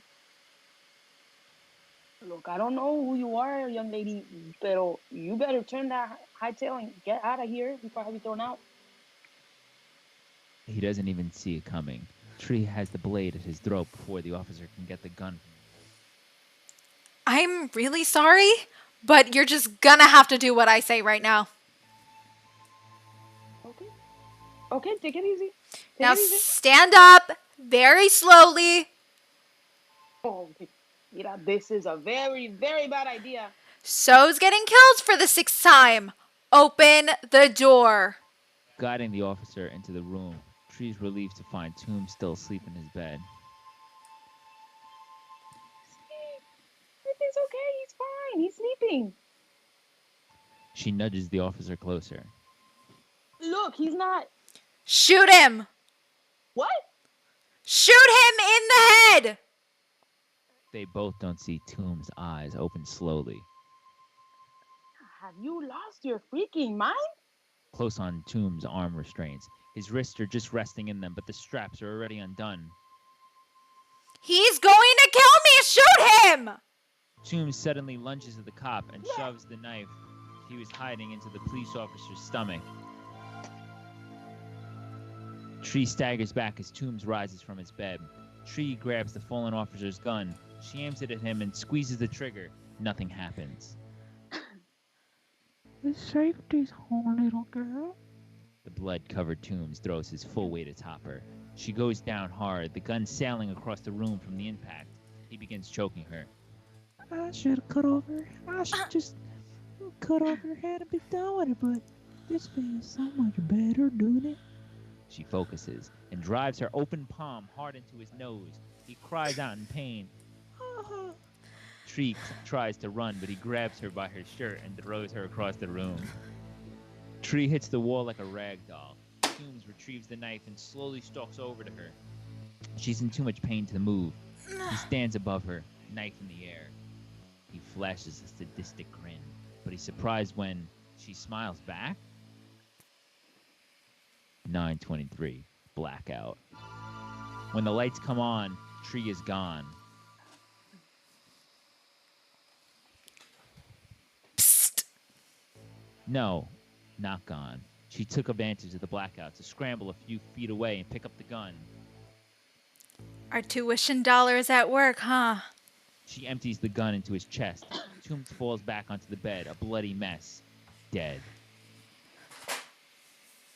We hold on Tree, exhausted but still alive. A victim no more. Exterior, Kappa Delta House, night. The police have gone. The ordeal is finally over. Carter is walking Tree to her house. So this has to be the strangest birthday you've ever had.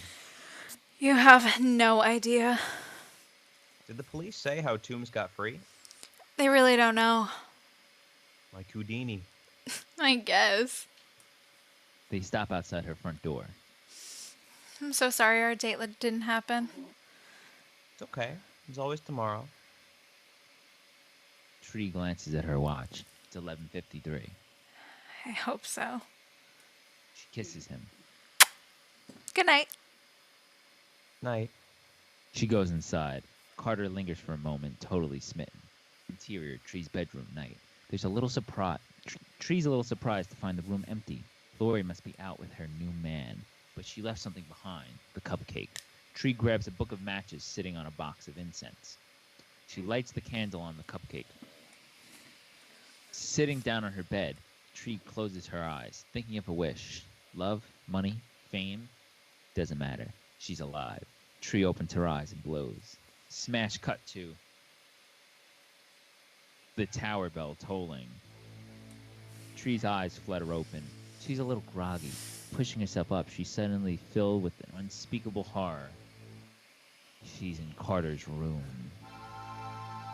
Carter is putting something under the couch when he notices Tree sitting up in his bed. He smiles. You're up. I wasn't... Carter? I didn't think you'd remember my name. You were pretty wasted last night. Tree's cell phone plays in the club. She grabs the phone. The caller ID says Dad. No, this cannot be happening. This cannot be happening! She jumps out of bed. I killed him! Who? What are you talking about? She pulls off her t-shirt. Carter spins around. You probably just had a bad dream. It happens to me whenever I drink too much. But when he turns around, Tree's already gone. He frowns. Nice one, dickweed. The campus, morning. Tears streaking down her cheeks. Tree runs past everything familiar. Nothing has changed. She's trapped in the same day forever. When she reaches her bedroom, we can hear the shower running through the bathroom door as borderline hysterical Tree enters. She immediately begins pulling clothes from her drawer and tossing them on the bed. The water stops as Lori emerges from the bathroom, wrapped in a towel. Oh, she finally rolls in. Lori notices the pile of clothes building on Tree's bed. You going somewhere? Yes, as far away as possible. What's going on? What's wrong? I'll tell you what's wrong. Me! I was wrong! I thought if I stopped running, I could beat it. But it's never gonna stop. So I'm gonna have to run! I'm gonna have to run! Tree, you're freaking me out. Oh, well, that's me. A freak! Tree yanks the closet open, searching for something. Tree, look. She turns around. Lori's holding the cupcake she made for her. Happy birthday. Thanks, but I already ate it last night. Tree freezes. Last night. She turns around to face her roommate, her eyes locked on the cupcake. I died in my sleep. What? You killed me. Lori slowly sets the cupcake down on Tree's desk. It was poisoned, but I never ate it before. Tree remembers throwing the cupcake in the trash and dropping it on the floor after the blackout in her past lives. So you had to find another way. And then Toombs fell right into your lap. The perfect scapegoat. You had access to him. Did you drug him first? Flashback. Lori jams a hypodermic needle in Toombs' arms.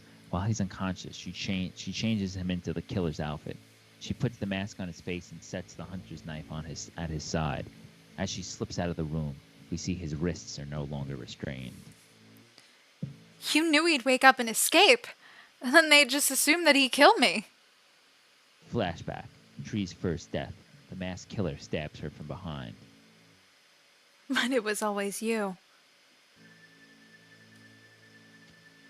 Lori's stunned expression yields to a sardonic laugh. You totally lost your mind. I mean, you actually think I'd try to poison you with a freaking cupcake? Prove it. Take a bite. Lori hesitates. Tree picks it up. Go ahead. You are really crazy. Fine. I'll just take it to the police. I'm sure they can see what your little birthday treat is made of. Lori's expression falls. As Tree turns, Lori grabs Tree by her hair. The cupcake falls on the desk. Lori swings Tree into the wall and slams the bedroom door shut, locking it. You stupid little whore. Why? Oh, I don't know. Maybe because you just wouldn't stop sleeping with him. Gregory? He kept choosing you over me. I guess it's all he ever really wanted. Cheap slut just like you. Wait, you've been killing me over a stupid guy? That's not the only reason. You're a dumb bitch too, okay? But I really want to know, how did you figure it out? Because you've killed me before. Well, I guess I'm just gonna have to do it again. Tree runs for the window, but Lori tackles her. She flips Tree over, grabbing her by the hair. Lori begins bashing her head against the floor. Suddenly, there's a loud knock at the door. Lori stops for a second and immediately covers Tree's mouth with her hand. What the hell is going on in there? Nothing. Everything's perfectly fine. She just had a little fall. She's okay. Whatever, you clumsy hoes. I better see you at the meeting today. Yeah, we'll totally be there. In her peripheral, Tree spots the upturned cupcake lying on the desk, just an arm's length away. Lori suddenly becomes aware of Tree's grabbing the cupcake. With her other hand, Tree punches Lori in the throat. Lori gasps for air. Eat it, bitch! Tree crams the cupcake into Lori's open mouth. As Lori struggles to spit the cake out, Tree slugs her again, knocking Lori off. Oh, you're so dead now. Tree gets to her feet. Oh. Tree backs up, bumping into the window. Lori charges her, but at the last minute, she dodges. Exterior, Kappa Delta house. Continuous. Glass and wood explodes as Lori sails through the window. There's a skull-crushing thud as Lori hits the stone walkway 2 stories below. Back in Tree's room, Danielle's door pounding is intensified with all the commotion. What basic bitch shit was that? Lori ate my birthday cupcake. We can hear some of the sorority sisters screaming outside as Tree's eyes roll back into her head and she passes out cold. Fade in. Exterior, Bayfield University Hospital morning. It's a beautiful, sunny morning. Half a dozen local and national news vans parked out front, all covering the story of the day. I just knew there was something wrong with Lori. She never wore makeup, never posted any cute selfies, and she literally owned a pair of Crocs. All the signs of a psycho killer would... Hello? I'm trying to get interviewed here. Oh my god. She is such a tool. Anywho, Laura's little plot was super lame. Like poisoning a cupcake. Really? We're Kappas. We don't eat cupcakes. There's Tree's phone rings. It's her dad. Boogie, woogie, woogie. I'm bad at this. LOL. He's in hysterics. Hey, Dad. Tree, are you okay? Dad. Are you okay? Are you hurt?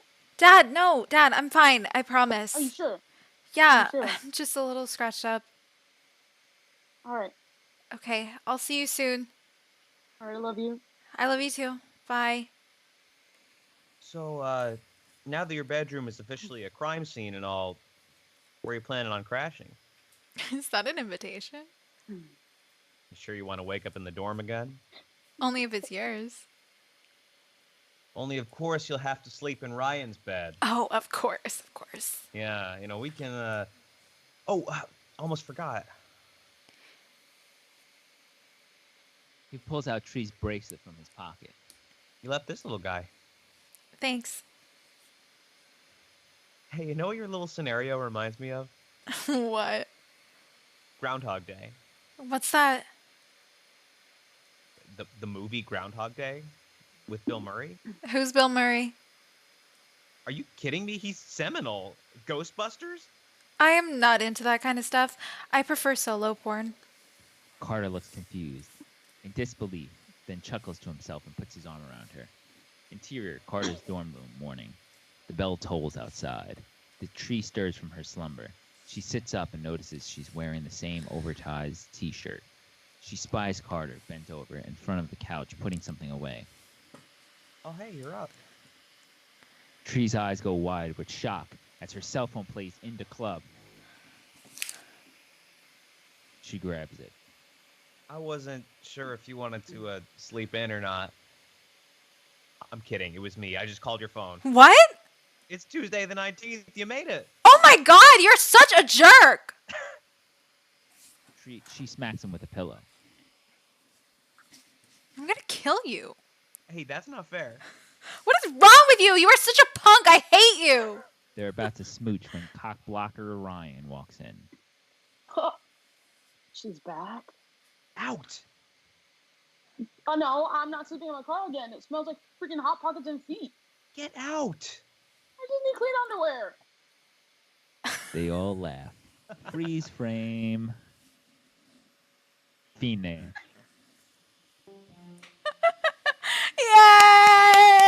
Yay! That was our shortest one yet, I think. I think it Right? You did was. pretty fast. Wow. That was really short, I feel like. Yeah, good job, everybody. Well, we started early, too. We started Congrats like all. We did. On They're time, like actually. 8:45. Yeah, Okay. on Yeah. time, right. We usually start like a half an hour later, but Yeah. There's usually a half an hour of technical difficulties, yeah, this time Yeah. We were good. we figured out all our technical difficulties 5 minutes before we went live. So Love So that for technically- us. I would say a bunch of our we did also have the technical difficulties. We couldn't figure out how the hell to go live on OBS. It was Me and Felice confusing. were, like looking at her computer, like it says it started the broadcast, but I'm not live. What does this mean? Yeah, that was kind of weird. All right, I'll be right back. Okay, bye. Everybody was going crazy over Milla's stash. Like, Oh yeah, Melissa, your mustache. Iconic. I have a question for the chat. Did anyone catch what's the recurring character? Only the real OGs know. I made such a mess with The that real cupcake, by the OGs way. know. Girl, Also, that when did looked th- When did messy. this movie come out? 2017. So is that character now canonically dead? Did he die in 2017 in the TableScreams universe? no, he never died. Wait, what? The loop. Oh! Maybe He he's was a dead. senator Yeah, for a never while. That was actually we. Oh, I forgot about that. His brother. Oh. brother was Oh, a right. senator. They figured out the lore for Oh. this. Brilliant. Thank you, Dee. Hi, Lucas. Thank you for the poster, boo. Thanks so much. There's cupcake Sure. everywhere. Yeah, our like promo posters. Lucas here Oh, made shit. them. Thank you so much. Oh, that Yes. Lucas. Hi, Yes. Lucas. Andy, thank you. So sweet. Melistache was my favorite part. We love that. Melistache is iconic. That's Celeste, you should make some Melistache merch. Oh, that's a Like vibe. an actual stash. Oh, that'd be great. It'll have the sweet and spooky branding on the back. Little sticky stuff. Thank like, you, sell, Gavin. Officer badges that say Garcia. That would be iconic. Oh, iconic. Oh, I want to say thank you really quick to Voyager and Andy for the kind donations. Thank you. I missed that earlier. Thank you so much for the support. Yeah. Oh my god, guys, this is the moment where you get to ask us fun questions. We'll do a little Q&A and then we're going to hop on out of here. Also, please let us know what scripts you'd like to see us do next. I always need more options. I'm sorry, Joni. What were we going to say? Oh no, I'm laughing actually because Andy, he saw it right through me. He commented, "Johnny isn't even acting." Andy knows you at this point from all the movie nights. You. Gotta love Joni as a mean girl. Joni's an icon. We love Joni. Thank you. Shaheem wants the merch with Melissa's face Oh on my it. god. Please do Freaky next. If I can find the script, I totally That will would be fun. consider. Thank you for that. Cast this whole stream in a real movie immediately. Oh my gosh, thank you so much. So sweet. I feel like we're like so goofy, but thank you.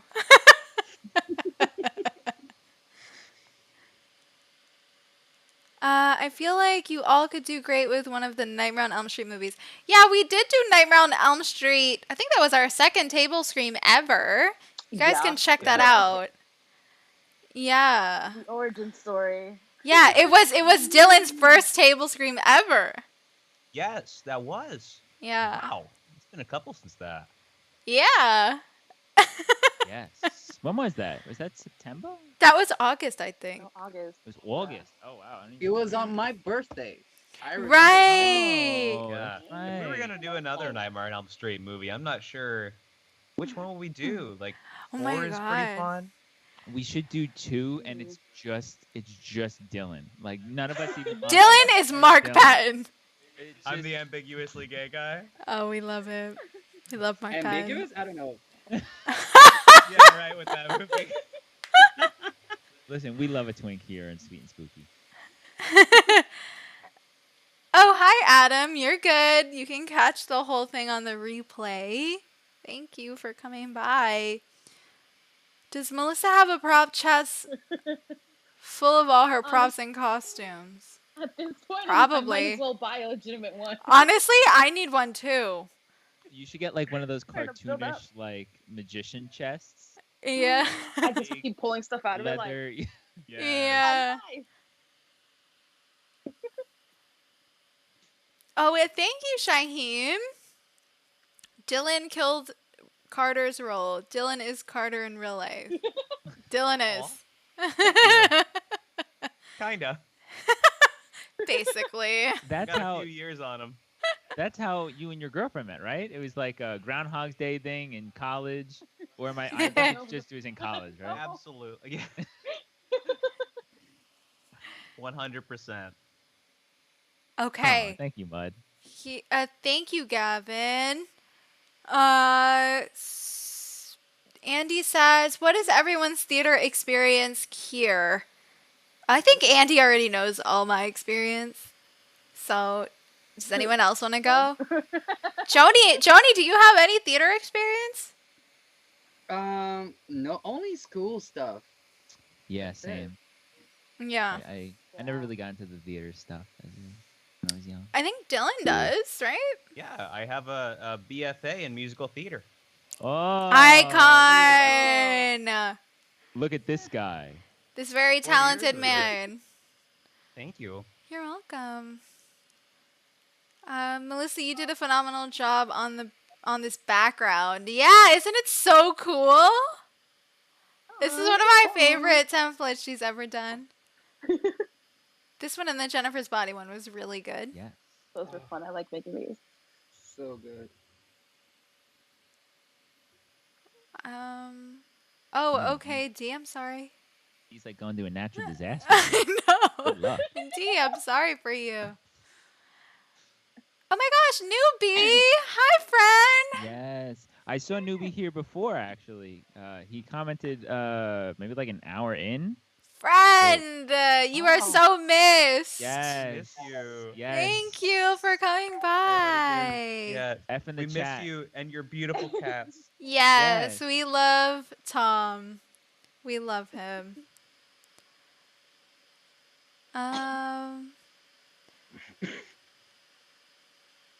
Oh my gosh, thanks Shaheem. Thank you, Andy. Thank you. Yeah, this one was a lot of fun. It was. I was nervous for this one. Yeah, I know. I feel like I didn't feel for some reason as prepared, even though we did Me the too. same amount. Yeah. I think we Oh. did more weeks of rehearsal than we usually do for this one, though, right? Wait, Yeah, you guys no. did. Wait, no, No? no, because we Oh, skipped we missed a one. week.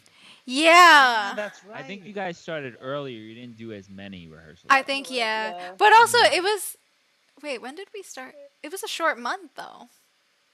Yeah. How many it was, weeks that's did right. we do? I don't know. Yeah. But for I s- think probably the This- bulk of the work was like figuring out what the script was going to be, like with the edits in the script. It's funny because it Yeah. only took me 2 days to edit the script after Melissa and Celeste like cleaned it up, and it went from being 130 pages almost to 89 pages. So clearly there's a lot of fluff, and still like it still felt like there was fluff that I could have probably cut, but it read fine. It got the idea down. yeah. I like this Melissa thing. We gotta keep. I it know. We gotta make an emote. We Need gotta some make like a gifs. Twitch emote for that. With just my face and the mustache. Tom, I also love this movie. Love that for us. Love that for us, Tom. When Melissa pulled out the cupcake, that was iconic. And Melissa's, I love this. Melissa was so iconic this stream. Melissa was. Always. She's iconic Yes. in every stream. She is. This was Melissa's. Yes. Melissa's Melissa's stream right here. This is amazing. Melissa. Okay, but honestly, Honestly, can we talk about favorite characters real quick? Because the most iconic for me was Melissa as Helen in I Know What You Did Last Summer. I'm sorry. Y'all did not see the props she was pulling out for that. Come That on. She had the that bloody was- hand prop. That was iconic. Well, you Never know what it is? forget. Melissa really set Diva. she set the tone for that. She you know, did. like, She had the fake yeah. blood. She was we ready. We started really on a high note, so you really can't go get worse from there, and Melissa's Yeah. only been elevating the craft from then on out. I'd also Yeah. like to shout out Joni as Gail Weathers. Icon. Classic. thank you. That was so good. So good. I love it. That ruled. Next time, I want to cast Joni as the sweet awkward guy and Dylan as the sassy As girl. the bad girl. Wait, Joni kind of played the sweet awkward guy when he In did Nightmare. Glenn. Yeah. It was so With cute. Glenn. That was adorable. I love that role for you. But I will say, still my favorite is when you did Barry because it was just so fun to watch. So good. That was didn't a have to moment. act in that one. I know, it felt so real. Well, obviously, you did kind of have to act because you're not straight. That was the only part. Yeah. That was the only part. So thus far, I think everybody's like gotten got their own table screen kind of where like only a couple of us haven't had like our us as the front person in them. I would say like I don't know actually. Now that I think about it, I feel like a couple people have had like good highlights, but Yeah. we're like, To do a compilation. yeah, like I feel Mm. like we're almost to the point where everyone has had that role that they were like the standout role in the table scream, you know. Yeah. Um, Gavin says Lost Boys. Want to see y'all in Kiefer Sutherland That could be mullet. fun. I Oh, wonder. God. That could be fun if the script is available. That would be a fun one. Good vampire moment for us. Yes. Or The Craft, if we want to go feminist with it. we gotta do. I've never Yes. seen The Craft, by the way. You've What never the seen The I've Craft? never seen The Craft. Wait, how are you dating me and you live haven't with seen The me. Craft? You know I've never seen The Craft. You live Burn with it with me. fire. No, I didn't know you never seen it. The Yes, Craft is we excellent. talked Heretic. about this. Heretic. Sorry. Blasphemy. I get it. It was Melissa's debut. All right, that was her feature film debut. But I've never seen it before. All right, Melissa's twin is in that. I know. It's scary. It's a little scary when I did that. Hi, Vanessa. It's okay. You can catch it on the replay. Yeah, hashtag Melistache. Thanks, Yes. Tom. Oh, God. Get it Melissa trending. Dash. We did finish early today, to be fair, Lanessa, so I'm sorry, boo. Yes. F in the chat for everyone who got here a little late. Sorry, y'all. Sorry. Can I get an F in the chat? Ooh, good question. Would y'all ever do an animated movie like Coraline? I don't know if that would work. Might be fun. Depends on which one. I feel like they could work that. Yeah, I think Yeah. that would be Yeah. We could do Nightmare Before Christmas, except the fact that there's a lot of music in it. Oh my god. The only one that could sing here is you and Rocco, so. It's just the Dylan and Rocco stuff. Oh, Yeah. that's gonna be our one. All right. So, are you gonna be the girl, or am I gonna be the girl? With our dynamic, I know exactly. That's the thing. It could go I'm both Sally. ways. Love I think it's just it. because I have a little more arm hair. But I mean, if we're doing Corpse Bride, I'm totally being the bride. Oh, I like that. Oh no! I love the her. Corpse Bride. Ooh. Monster House would be cool too. That would be fun. That's a good Oh, that idea. actually would be a good one. People tell me Paranorman's really good. I haven't seen it. I haven't seen I that. love that one. I'm It's trying to actually think really of good. animated movie, like an animated like horror movie, or like horror adjacent movie. Yeah. Andy What would says be a Dead good- Alive. That would be so my iconic. God. Oh, that would be a fun. blast. If I could I feel find the like script, totally would. The only downside I with know that, I animation. think, is it's too one-person heavy. Oh yeah. Yeah. Animated, we have to go Scooby Doo. Oh yes. Yes! What the This is fuck? why Oh I my god!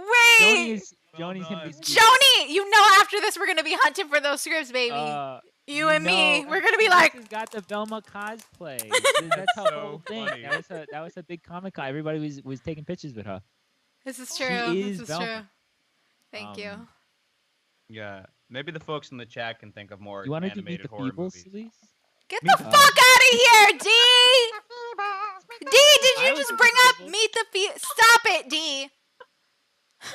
I would totally do. Meet They're the your Feebles. average, ordinary people. Oh my god, I hate it so much. But you know what? The Garden of Love song is The a Garden of- fucking bop. That's a The Garden bop. It is a bop. Yo, if I Wow. get 10 Fs in the chat, I'll do a drill remix of it. Just shut up. My favorite's the little guy that does the Lucille serenade with the tiny guitar. So no musical episode. Oh, We gotta. Tom. I mean, I still would love to do Rocky Horror if Celise would let me play Eddie. Oh my god, that'd be amazing. That would be. Fun. Are you I kidding? love I want to that. be friends. I would actually love to do that. Oh my god, How good would that guys. be? Oh my Can we god. do that? I kind of want to do that, even though I'm a really bad singer. I feel No, like you we have need, a- well, But Touch Me is like my jam. You would Well, here's- crush that. Celise has the whistle tone. She does. She wants to act like she can't sing. She has it. She's got the Mariah Carey. Here's my No, no, idea. no, no, no. So we do the song parts. We do our own little like music videos beforehand. Then we read the dialogue live. Ooh. gonna No, do it. you gotta do Everybody's the gotta singing go. live. They gotta sing live. I am. No! I With delays, Joni will be like singing and it'll be all delayed. don't care. Okay, but you gotta play your own music. You gotta play your own music on Okay, your I side. can do that. Get out, babe. Not everybody can play their own music. No, We we would do have to a figure karaoke that out. track. Yeah. Okay, I don't want to jump too far ahead, but Linessa is speaking my language. We gotta do Shaun of the Dead. Oh my Yeah, We gotta do Lanessa. Thank My you, favorite movie. Queen. That's a good one. I just found out how to see the chat. Y'all should learn French and do raw. That sounds. Oh, who said that? Was it D? D. It's of D. course.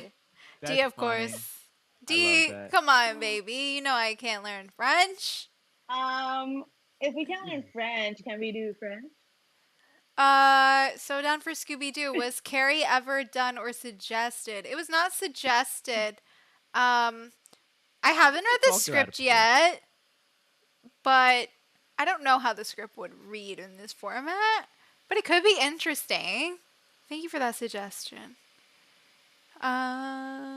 You guys are basically Scooby Doo already. We are. I love that.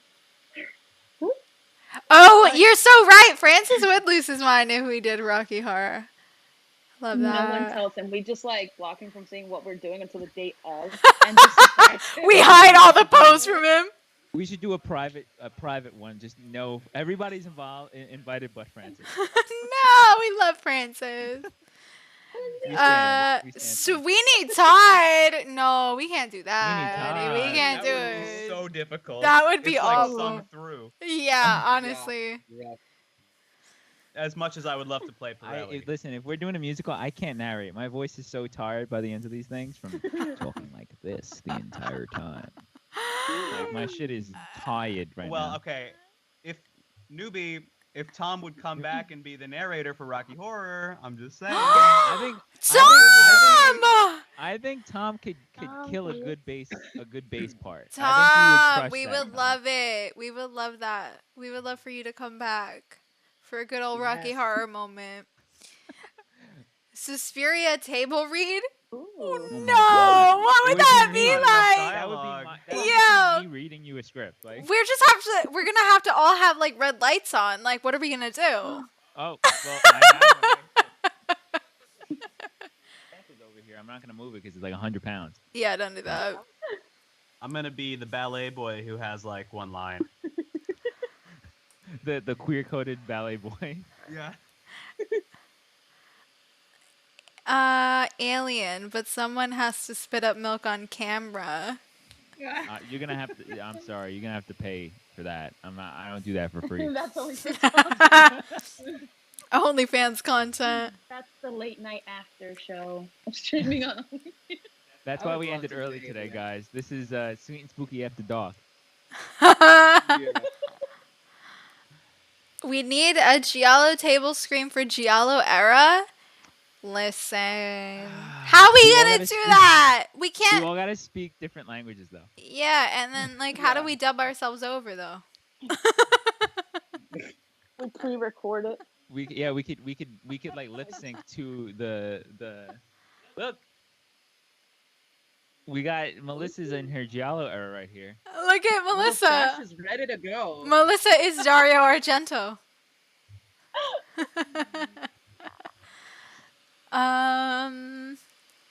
Vamp table read, but y'all need to get majestic with it. That's a lot of work, baby. That's a lot. That is a lot of work. I think we should do the entirety of The Haunting of Hill House. Just Oh my every God. excruciating. No, not even editing. Just the excruciating details. and We just would go be until here we for can't do it. days. How would anyone survive? And then like there's just like that, just a 10-minute monologue about trees and butterflies in the air and raindrops and shit. I And think you're everybody- thinking of Midnight Mass too. Midnight Anything Mass. from him. I When we mean, talk about God, what are we talking about? I have such a crush on that man. are we talking about? He's amazing in that show. He is. No, he's One of the best performances I've ever seen. Hot priest. Ever in For anything. real. hot Love priest. him. Hot priest. Hot priest. Yeah. Crazy. Everybody, I did listen. Hot priest. It's We've seen nunsploitation. Let's see Please. pre-exploitation. Oh, let's do And it. it's just a bunch of like priests in Yeah. their mid-20s, Just late making 20s, out. just with Yeah. dump truck asses. I Just want to dudes see with that dump shit. truck- Come on. Dump truck ass priest. Oh, is that a collar in your pants? Or are you happy to see me? What are you doing with that crucifix? I would love to play an Edwidge Fennec character. You are so right, but you know, I don't speak the language. I would love to be up here bopping this Barbara Bushishi, but it's I don't think we're gonna be able to pull off a giallo. Can you shut up, There's not please? enough dialogue. That too. I don't think it would work in our format. Ginger snaps, yeah, that's a really good one. I think we're gonna plan to do that. I just wanted to space it out since Jennifer's body and ginger snaps are so similar. May also is a really good suggestion. That's a great one. I can't find the script anywhere though, guys. Lucky McKee's active on Twitter. Oh, okay. Hit him up. Can I have the script? Hi, can I have a script? Lucky, how are you? Hi, can I have a script? I got that script anywhere. Wait, have you done that before? Yeah, there was well, you guys know that I like to try and find rare movies. The hardest one that I had to find, I literally just reached out to the director and was like, "Hey, I'd really like to see your movie. Do you have a version with English subtitles?" And he was like, "Yeah," and he sent him away. Oh, that's awesome. That's nice. That's such a Dylan story. That's so sweet. That is such a Dylan story. It's true. I I remember was that, lucky I spoke Spanish. Oh, good. Really? Yeah, he lives in Mexico. Oh, was it? What movie was it? It was actually, so I know I talk about Alucarda a lot. It was a documentary about Oh my god. fans of Alucarda called Alucardo's Retrato de un Vampiro. It's a good movie. We should do a Cool. table screen of that Of the documentary. documentary. Yeah. Wait, you know what we should do? We should do Blair Witch, but it's just Celeste running around with her laptop. Oh my god. It ends when her laptop. That's a I would just love joke. Innovation. hours of Joni just yelling, "Josh!" we could use OBS to switch between each other, and that's how we cut. That's hilarious, actually. Oh my god. Low key sounds like a moment, though. That would be so much. That'd be It would iconic. suck. A Oh. play Eraserhead, the that whip. would not work. Ooh. Ooh. That's a great movie, though. Nosferatu, that would not work. Oh my God, no. Wait, What would we read? Twilight? Nosferatu. Someone said Twilight. You know what, though? Yo, I'm not against it. I don't care. I'm down. Listen, I'm down. Are you I- fucking kidding me? I'm so down. I would do. Y'all, if Is I you could find serious? Twilight, come on. Joni, come on. I'm not Native American, though. I don't know. I mean, Oh, to that's be it. fair. Okay, sorry. Killer Clowns from Outer Space. Is there even any dialogue? I don't remember anybody talking in that movie. I don't know if that would work. Andy's looking at the script for Shaun of the Dead right now. I'm Love telling you, it. Shaun of the Dead. It'd be a good one. Thank you I for know that. movie inside out. That would be fun. Will we do it in British accents? Oh, of course. Oh, I gotta work on my British accent then. I don't know. Well, you know, I your gotta mom work on my called. English. You want to speak British accent? Work on your English. Where do you think English is from? It's from fucking England. Alice in Wonderland, but we can darken it down than it already is. I would love that. Yeah, I wish the Tim Burton one was darker. Yeah. Yeah. What if we did a movie that wasn't a horror movie? Just throw everybody off. Wait, wait, you what's know in Seattle? what? There was one that I actually wanted to bring up. SLC Punk. Wait, there was one I wanted to bring up. Wait. There's one. Okay, it's What not is that? it's not horror, but Uh-huh. I think it would work in our Uh-huh. format. I think maybe we should do Heathers one day. That would be Yes. very fun. just the subject matter is dark enough that it would be Yeah, I fun. mean, it's not hard, but it's Yeah. like kind of like a Dark mystery comedy. killer thriller. Yeah, kinda it's a thing. dark Yeah. comedy. Let me know in the chat if you'd like to That would see be that one day. fun. That'd be fun. I've got the script for that, so. Also, I'm pretty sure Ooh. Dylan can do a good Christian Slater impression. I don't know. Dylan, come on. You can do it. What's the movies and Pump Up the Volume? It's all a system, man, and we're all in it.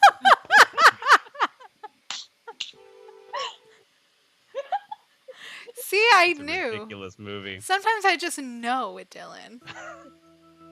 Cabin in the Woods. Yeah, that would be good. Thank you.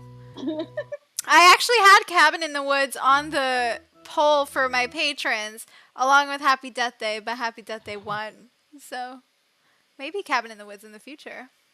Yeah, I think Cabin in the Woods would be fun. I know you're not a huge fan of that one, Sleaze, but I'm not. I'm not. I like it. but It's fun. It's what it is. you know, I don't hate it, so I would do it.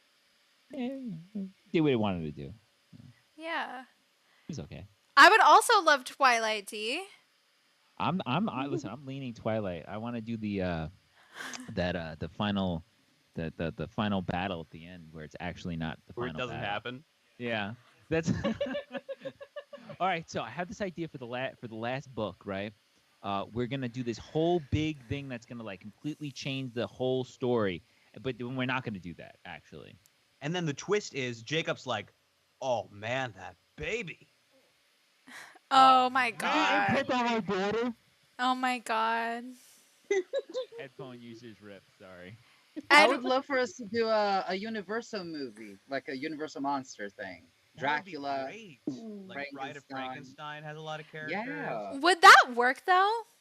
In our Yes. format? Yeah, I think there are a lot of think those. so, Are yeah. well, Bride of Yeah. Frankenstein is Mm. definitely dialogue heavy. Well, if we Yeah. can find the scripts for those, we should totally consider doing them. What else? The first Wolfman? Dracula with Bela Lugosi would be amazing. That would be fun.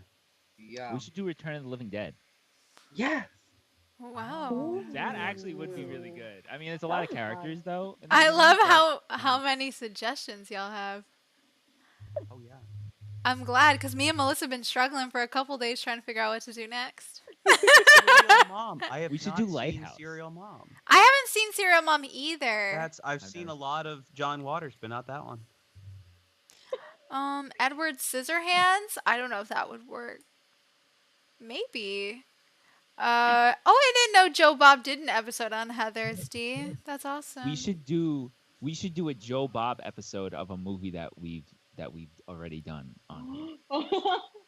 It's gonna be Joe Bob. Dylan, we could just get a transcript and Dylan could be Joe Bob. I don't Oh. know what Darcy. he talks about. Nothing. Yeah, It's like all- he just talks about Coca-Cola nothing. brand Make sure you got a Lone Star on you. is medicine. If you do Breakfast Club, I'm disowning you. Oh my god, Lanessa, harsh words. It's okay. You need better patrons, clearly. Lanessa, you can come through. You can mean, come through and like be a patron today. Links in the description. I guess I'll never live my Change dream that. of being Ali Sheedy. It's okay. I will put Cabin in the Woods in another poll, so eventually it'll get chosen. Oh my god, Melissa for Bella, she has that nervous stutter style. Oh my gosh. Melissa's an icon. I can see the body language. It's kind of like the same, like the nervous, like Colin Gray kind of thing. But like, I gotta watch Serial Mom. Is that the one that has Matthew Lillard? Is he in that? Is that the one? He's in that, right? Somebody fact check I me. think so. Oh, the original The Haunting. That's a cool idea, Tom. I have not seen that, but I have a patron review coming of that soon. Ooh. I gotta watch it soon, so if it's, good, I've heard great things. It is really good. I actually think it's overrated. The Innocence was way better. The Innocence is better. If we're gonna choose one, The Innocence is like one Yeah. of. It's crazy that they totally got Turn of the Screw so right in like 1960, and they just keep Right? adapting it. Why do they keep adapting it? They did it perfectly. To quote Dylan, Why do they need to make Suspiria? Suspiria is already Suspiria. Solid points Is were that what I made. said? Yeah, you did. But just in general about like people remaking movies. Oh yeah, Like- I mean, I think if you're not gonna do something different with it, why do it? I agree. You make valid points. My YouTube channel will be me reviewing these table screams. That would be Ooh, so fun. that's I'm iconic. actually curious if anyone were to actually do that now. In That would every be video, funny. he's gonna be like, in this one, Joni plays a bitch. I really like this one. I personally felt like they typecasted Dylan and Joni again. And to be completely fair, uh, where on earth Joni is for a Carmen Godzilla. Sandiego? Joni, we gotta do Godzilla versus Oh my Ah. gosh. God. No. Yes, Matthew Lillard is in Serial Mom. Okay, cool. More reason for me to watch it, honestly. It is iconic. I don't know if we would do a good job with Breakfast Club. Maybe I will not touch that. So, Oh, episodes from the original Twilight Zone could be fun, like a couple of them. Yes. It's a good suggestion. oh my god. Yeah, Melissa. Jesus, I almost called Lanessa Melissa. Lanessa! Yes, check it out. Check it out. link in the description below. Actually, the links are not in the description of this stream. In all the They will other be, though, videos. right? Yeah. Go check it out. Shaheen. Like I love in you. the new video. Like in the new video released earlier today, us reviewing Fresh. Oh. Wait, what? Saying like the link. No, I didn't hear what you said, Melissa. I'm sorry. Oh, I was saying like since you guys were talking about like where to find the links and it's not gonna be in this one, I'm like, but they can be found on the new video that we released earlier. That's reviewing right! Fresh. Melissa and I just did a review of the new Hulu film, Fresh. Go check it out. And then links in the description. Check out the Patreon. You know? Can't wait to see it. Yeah. On video. I'm gonna change my YouTube channel to reviewing and reviewing TableScreams. D, that would be such Yeah, a we're you getting channel. Meta here. Like, Yeah. very meta. Very meta. Disturbia. Oh, I haven't seen that. I haven't It's a seen that little in Shia forever. heavy. It is, yeah. Yeah. But it's a pretty good movie. I love it. It's been snubbed by the years, but it's a good movie. Yes. I haven't seen it in forever, so I really can't say if it is or it isn't. I don't think I've ever seen it actually. Really? Yeah, no, I don't think I ever saw it. It was that time I was not really into horror movies. Like it was like a little break I took with horror movies.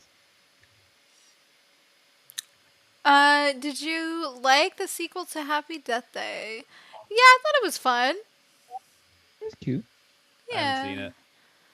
I mean, they get really weird with it, but it's fun. I like it. Yeah, it's a lot more like sci-fi comedy. Yeah, it's way more is, comedy.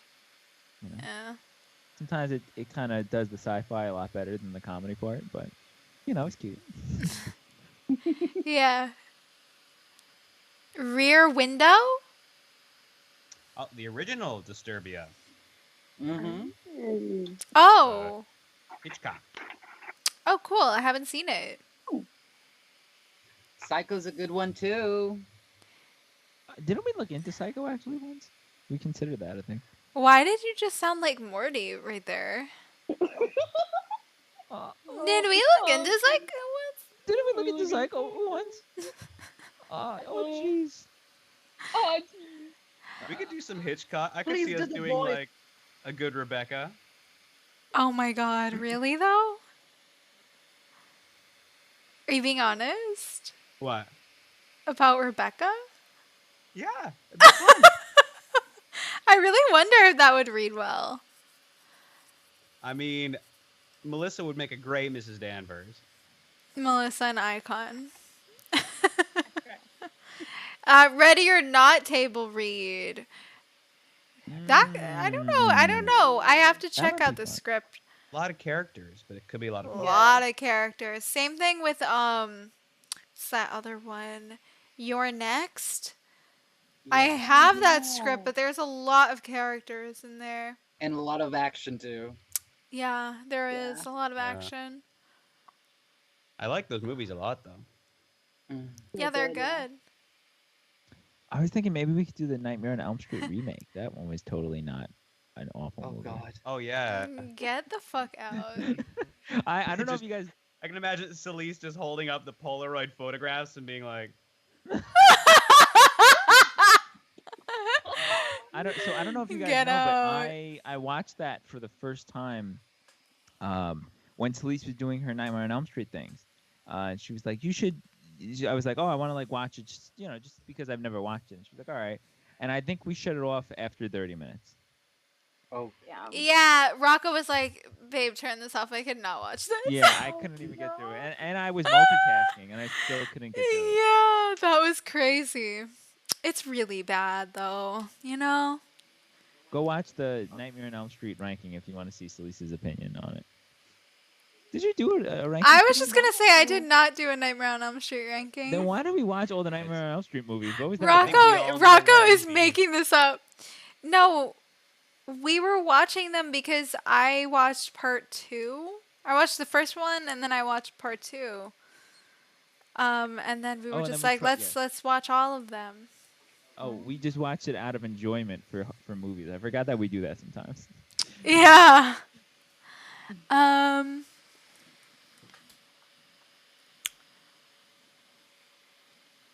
Zombieland. I don't know. That could work. Cute. It's a good script. I don't know if it works for this format, but it's a good script. Yeah. I didn't see the sequel. Did anybody see Zombieland 2? I didn't. Oh yes. How'd you feel about it, Joni? I feel like Joni, just by your reaction, you Ugh. probably didn't have very strong feelings. Just as good or better. Really? That Oh, is not okay. the Joni answer I expected, actually. nice. Yeah, that's good. Good. I mean, I gotta watch it. I really loved Zombieland when it came out. Um, I still wasn't over my zombie phase yet at that point, so that was like one of the last zombie things that I actually liked. Yeah, everybody was in their zombie phase. Those were Just the take days. Yeah, remember when the zombie stuff was fun? Yeah, now it's just Oh, Don't worry, not- it'll come back in another 10 You years. know It's what we should oversaturated. do? We should Zombie watch Z Nation. I know it has nothing to do with the actual table screens, but I'm curious to see how you guys feel about it. Oh, All the did freaking you trip. did you watch Z Nation? Yes, I loved it. That's the one with Michael It's Filson, right? really goofy. shut up. Rocco can never just like exist. He always has to No, make Michael Filson. jokes. No. Michael Filson was in the other one, A Nation. Oh, The okay. prequel. No, that's right. He was in The Walking Dead. I'm sorry. Oh. Hi Chris, how are you? Thanks for coming. Yeah. Hello. Hey, Chris. You could do a 24-hour marathon of all the get the fuck out. All Friday the Oh, 13th that. movies. Oh, At least would be it all her over favorite. that. Make it stop. Sorry. Stop. It's not the vibes. Sorry. Stop. How I about think I'm- warm bodies? I don't know. I Okay, haven't seen it. How is that? so I want to talk to you guys about It's warm okay. bodies. I literally was going to mention this when we were talking about Zombieland. A couple months ago, Celeste was doing a live stream with the patrons, and I watched Warm Bodies for some reason, like just. in the Wait, bed. what? Yeah, okay. And for the first Wait, time, why'd you never tell me that? I thought I mentioned it to you. I forget why I watched it. It was like on a limb, and I watched it, and I remember like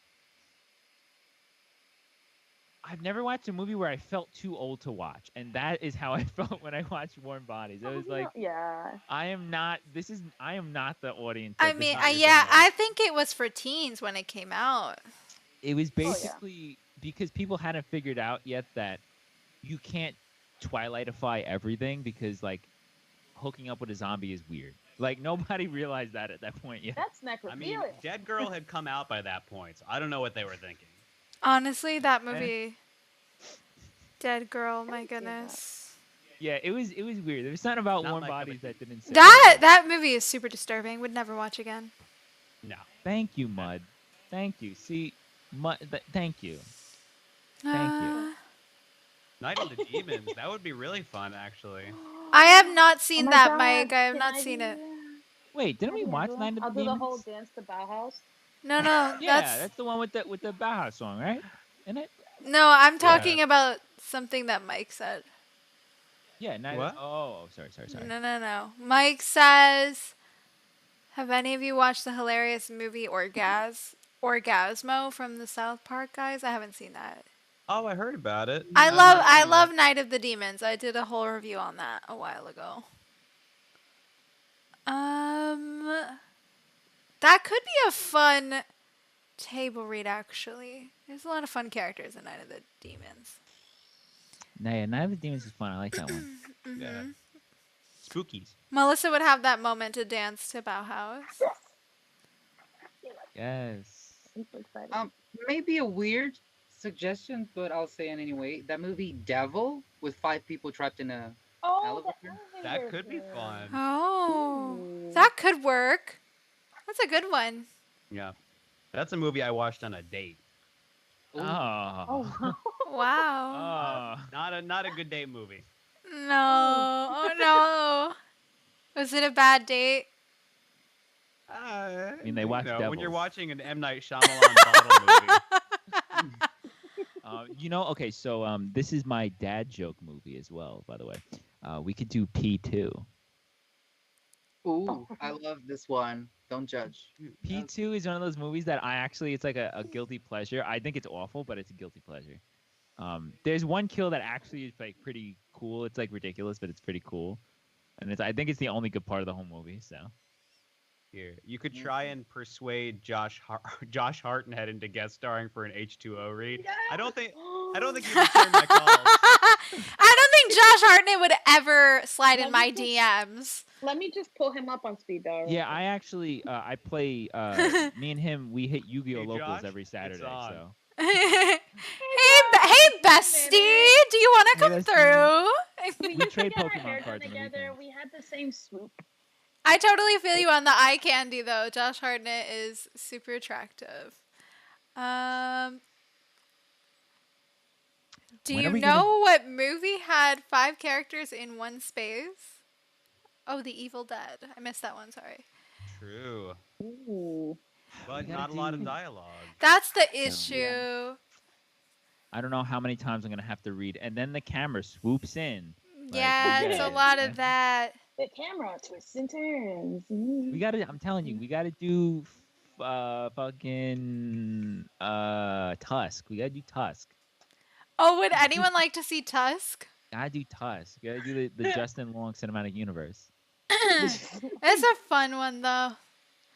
Euphoria table read? Honey, we'd be here all day. Oh, Yes. did I was anyone already catch the Fezco thing? I was already practicing. I my was so Fezco. tempted in that scene with the elevator on the You spot, pissing me off, but I dude. knew that I would not be able to say it without laughing, and I did not want to break character. I was gonna switch it up. Wait, which? Tree, you're which- acting dumb as fuck right now. Tree, you acting dumb as fuck right now. Oh my It's god, gonna we have love Fez. consequences. We love Fez here. Yes.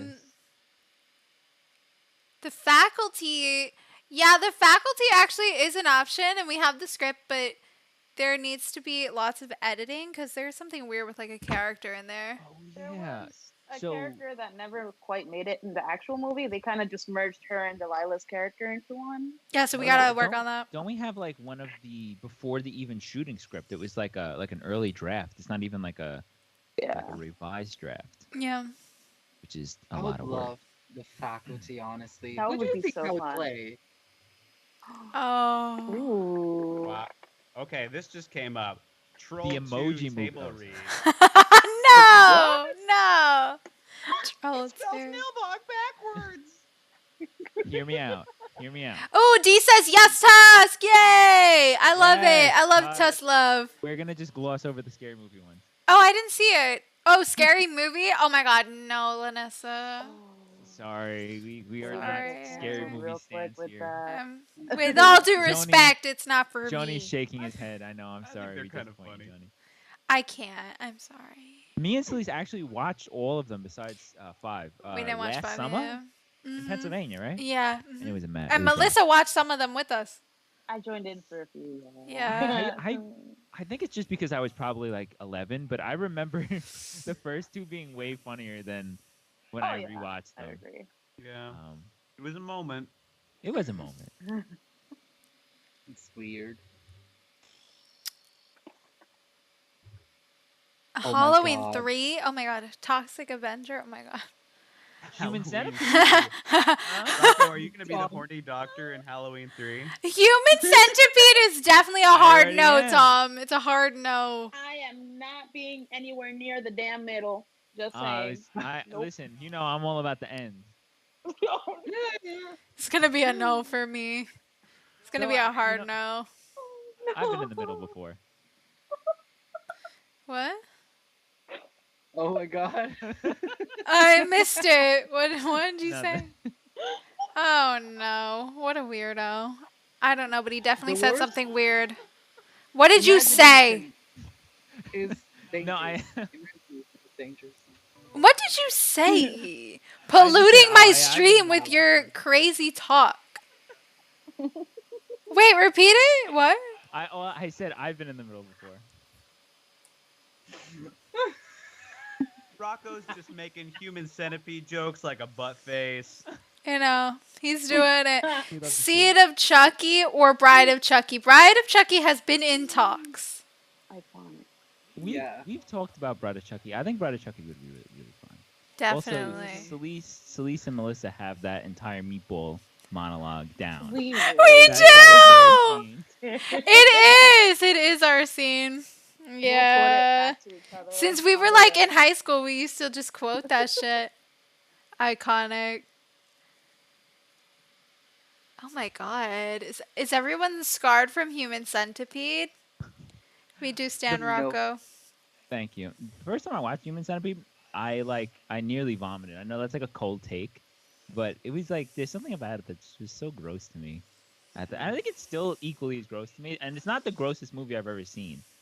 I think it's just like how cartoonishly ridiculous it is that is so gross to me. Bye, Tom. Thank you for coming by. Have a good Bye. night.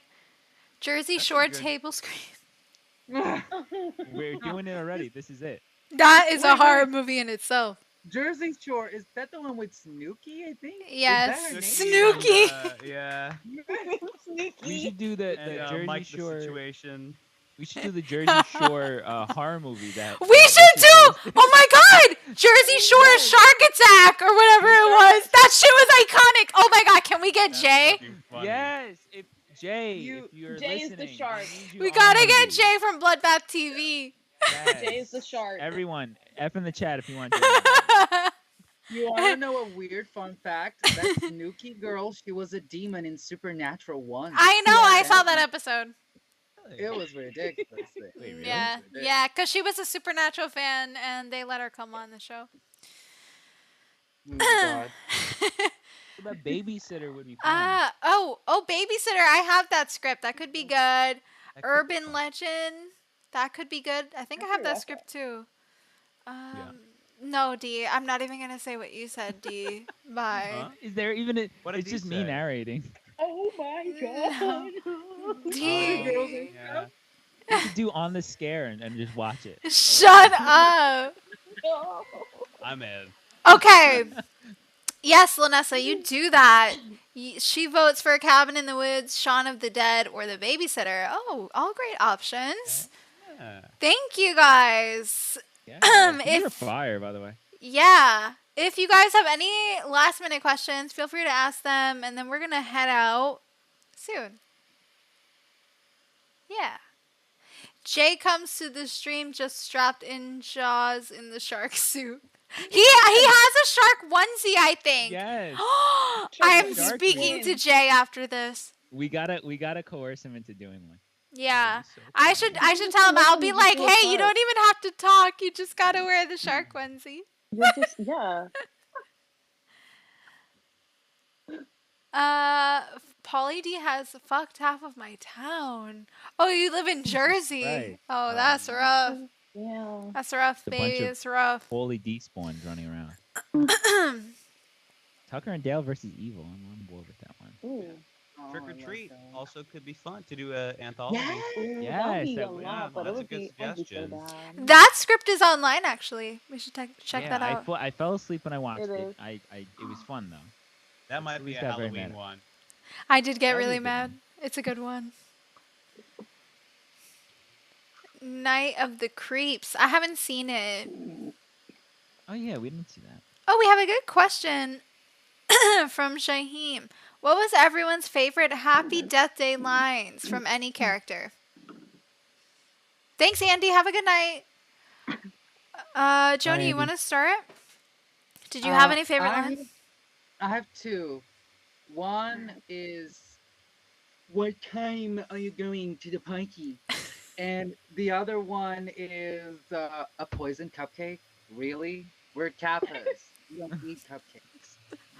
That's one of That's my it. favorite lines. Oh my That's a great god. one. I actually have. I know it's not one of the most iconic lines, but just that the line like when Carter bumps into like the chocolate milk and it like spills everywhere and then Danielle's just like, "What a What douchebag." a Like he didn't douchebag. even do anything. I love that So line. good. It's just so good. And her delivery is so good. And Joni did it very well. And also Thank another you. favorite line is probably, and you know what else? You're a bitch too. That was gonna be mine. Absolutely iconic. It's funny because that actually wasn't in the script. The version we had, I added it after rewatching that scene Yeah. and fixing it, but that scene was shorter in the script for some reason. Yeah. Rocco, what was yours? It was your I bitch was too. gonna. Yeah, I'm gonna agree with you on that one. There was another one that was really good too. Crap. Now I can't remember who it was. I didn't even realize that you were wearing a party hat, Dylan. Oh yeah. Death I love Day. it. Oh, sorry. Did I interrupt what you were saying? Oh no, I just said I don't remember my other one. There was another one though. Oh, okay. Dylan, did you have one? Yeah, it didn't make it into our version. I don't think it would have translated well, the comedy, but my favorite part of the movie is when Nick Sims goes, "Welcome to the pleasure dome." Oh, that I love He that. starts doing like a sexy little dance for her, and it Yeah. just keeps going. I could That's have done good. the dance and everything, but it would That have whole been sequence. kind of awkward. The whole Definitely. sequence of him just constantly getting continuously stabbed while the music is bumping and the lights are just That was brilliant. hilarious. It's so funny. He's so good. Whoever plays him in the movie. Yeah, he is good. Melissa, did you have a favorite line? Oh my god, I had a few. I really liked. I'm glad that we added that one back. Where she's like, "But you're a dumb bitch too." 'Cause the way she delivers it in the movie, like they kept the one It's with her so voice good. cracks and everything, so it just stands even more. So good. And then when Danielle's like, "But what is breakfast, Becky?" Oh, that's so good. What is breakfast, Becky? I love that one. That's a great one. Uh, Wait, not yet. my favorite one was Confused Carter because that's basically every line from his perspective in the movie. Yeah. Yeah. Did you guys have any hard time finding costumes, outfits, props, etc.? I did not actually. I thought I would, but No. when looking up Tree's shirt, there was like a company that sells it, and it's just called Tree's shirt from Happy Death Day, and I found it. And my wig is from Amazon, so I was vibing. It was much harder for me to find stuff with the Jennifer's Body read. But yeah. Melissa, was it hard for you? No, not really, right? No, I mean I just found random scrubs at Walmart. I got cupcakes from Publix. I had the knife props and the gloves because I buy a lot of weird shit because this is what I do with my hard-earned adult money. And then the mask I just bought off of Trick or Treat Studios. Yeah, love that. Treat Studios coming through. I think that Dylan and Joni just wore stuff in their closet. Yeah, this is just what I wear. Yeah. That's also part of why I casted Dylan, because he just dresses like Carter.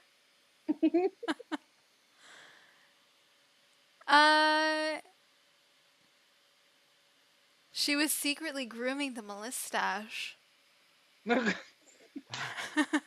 Yeah, every time off screen, she's just petting it and To brushing make sure. it, waxing it. Yeah. The party girl was like, it's so soft. It's so soft. Oh, wait. Where did Rocco go? Right. Oh, okay. He's Think- back. Rocco's ready for bed. I know what. You're back. Okay, good. I'm glad you're back because I just want to thank everybody for coming through. And I think we're going to go. Yes. Thank you, everyone. It's very fun today. Yes. Thank you so much for coming through to another Table Scream. I've lost count of which number this is, but thanks for joining us with our live reading of Happy Death Day.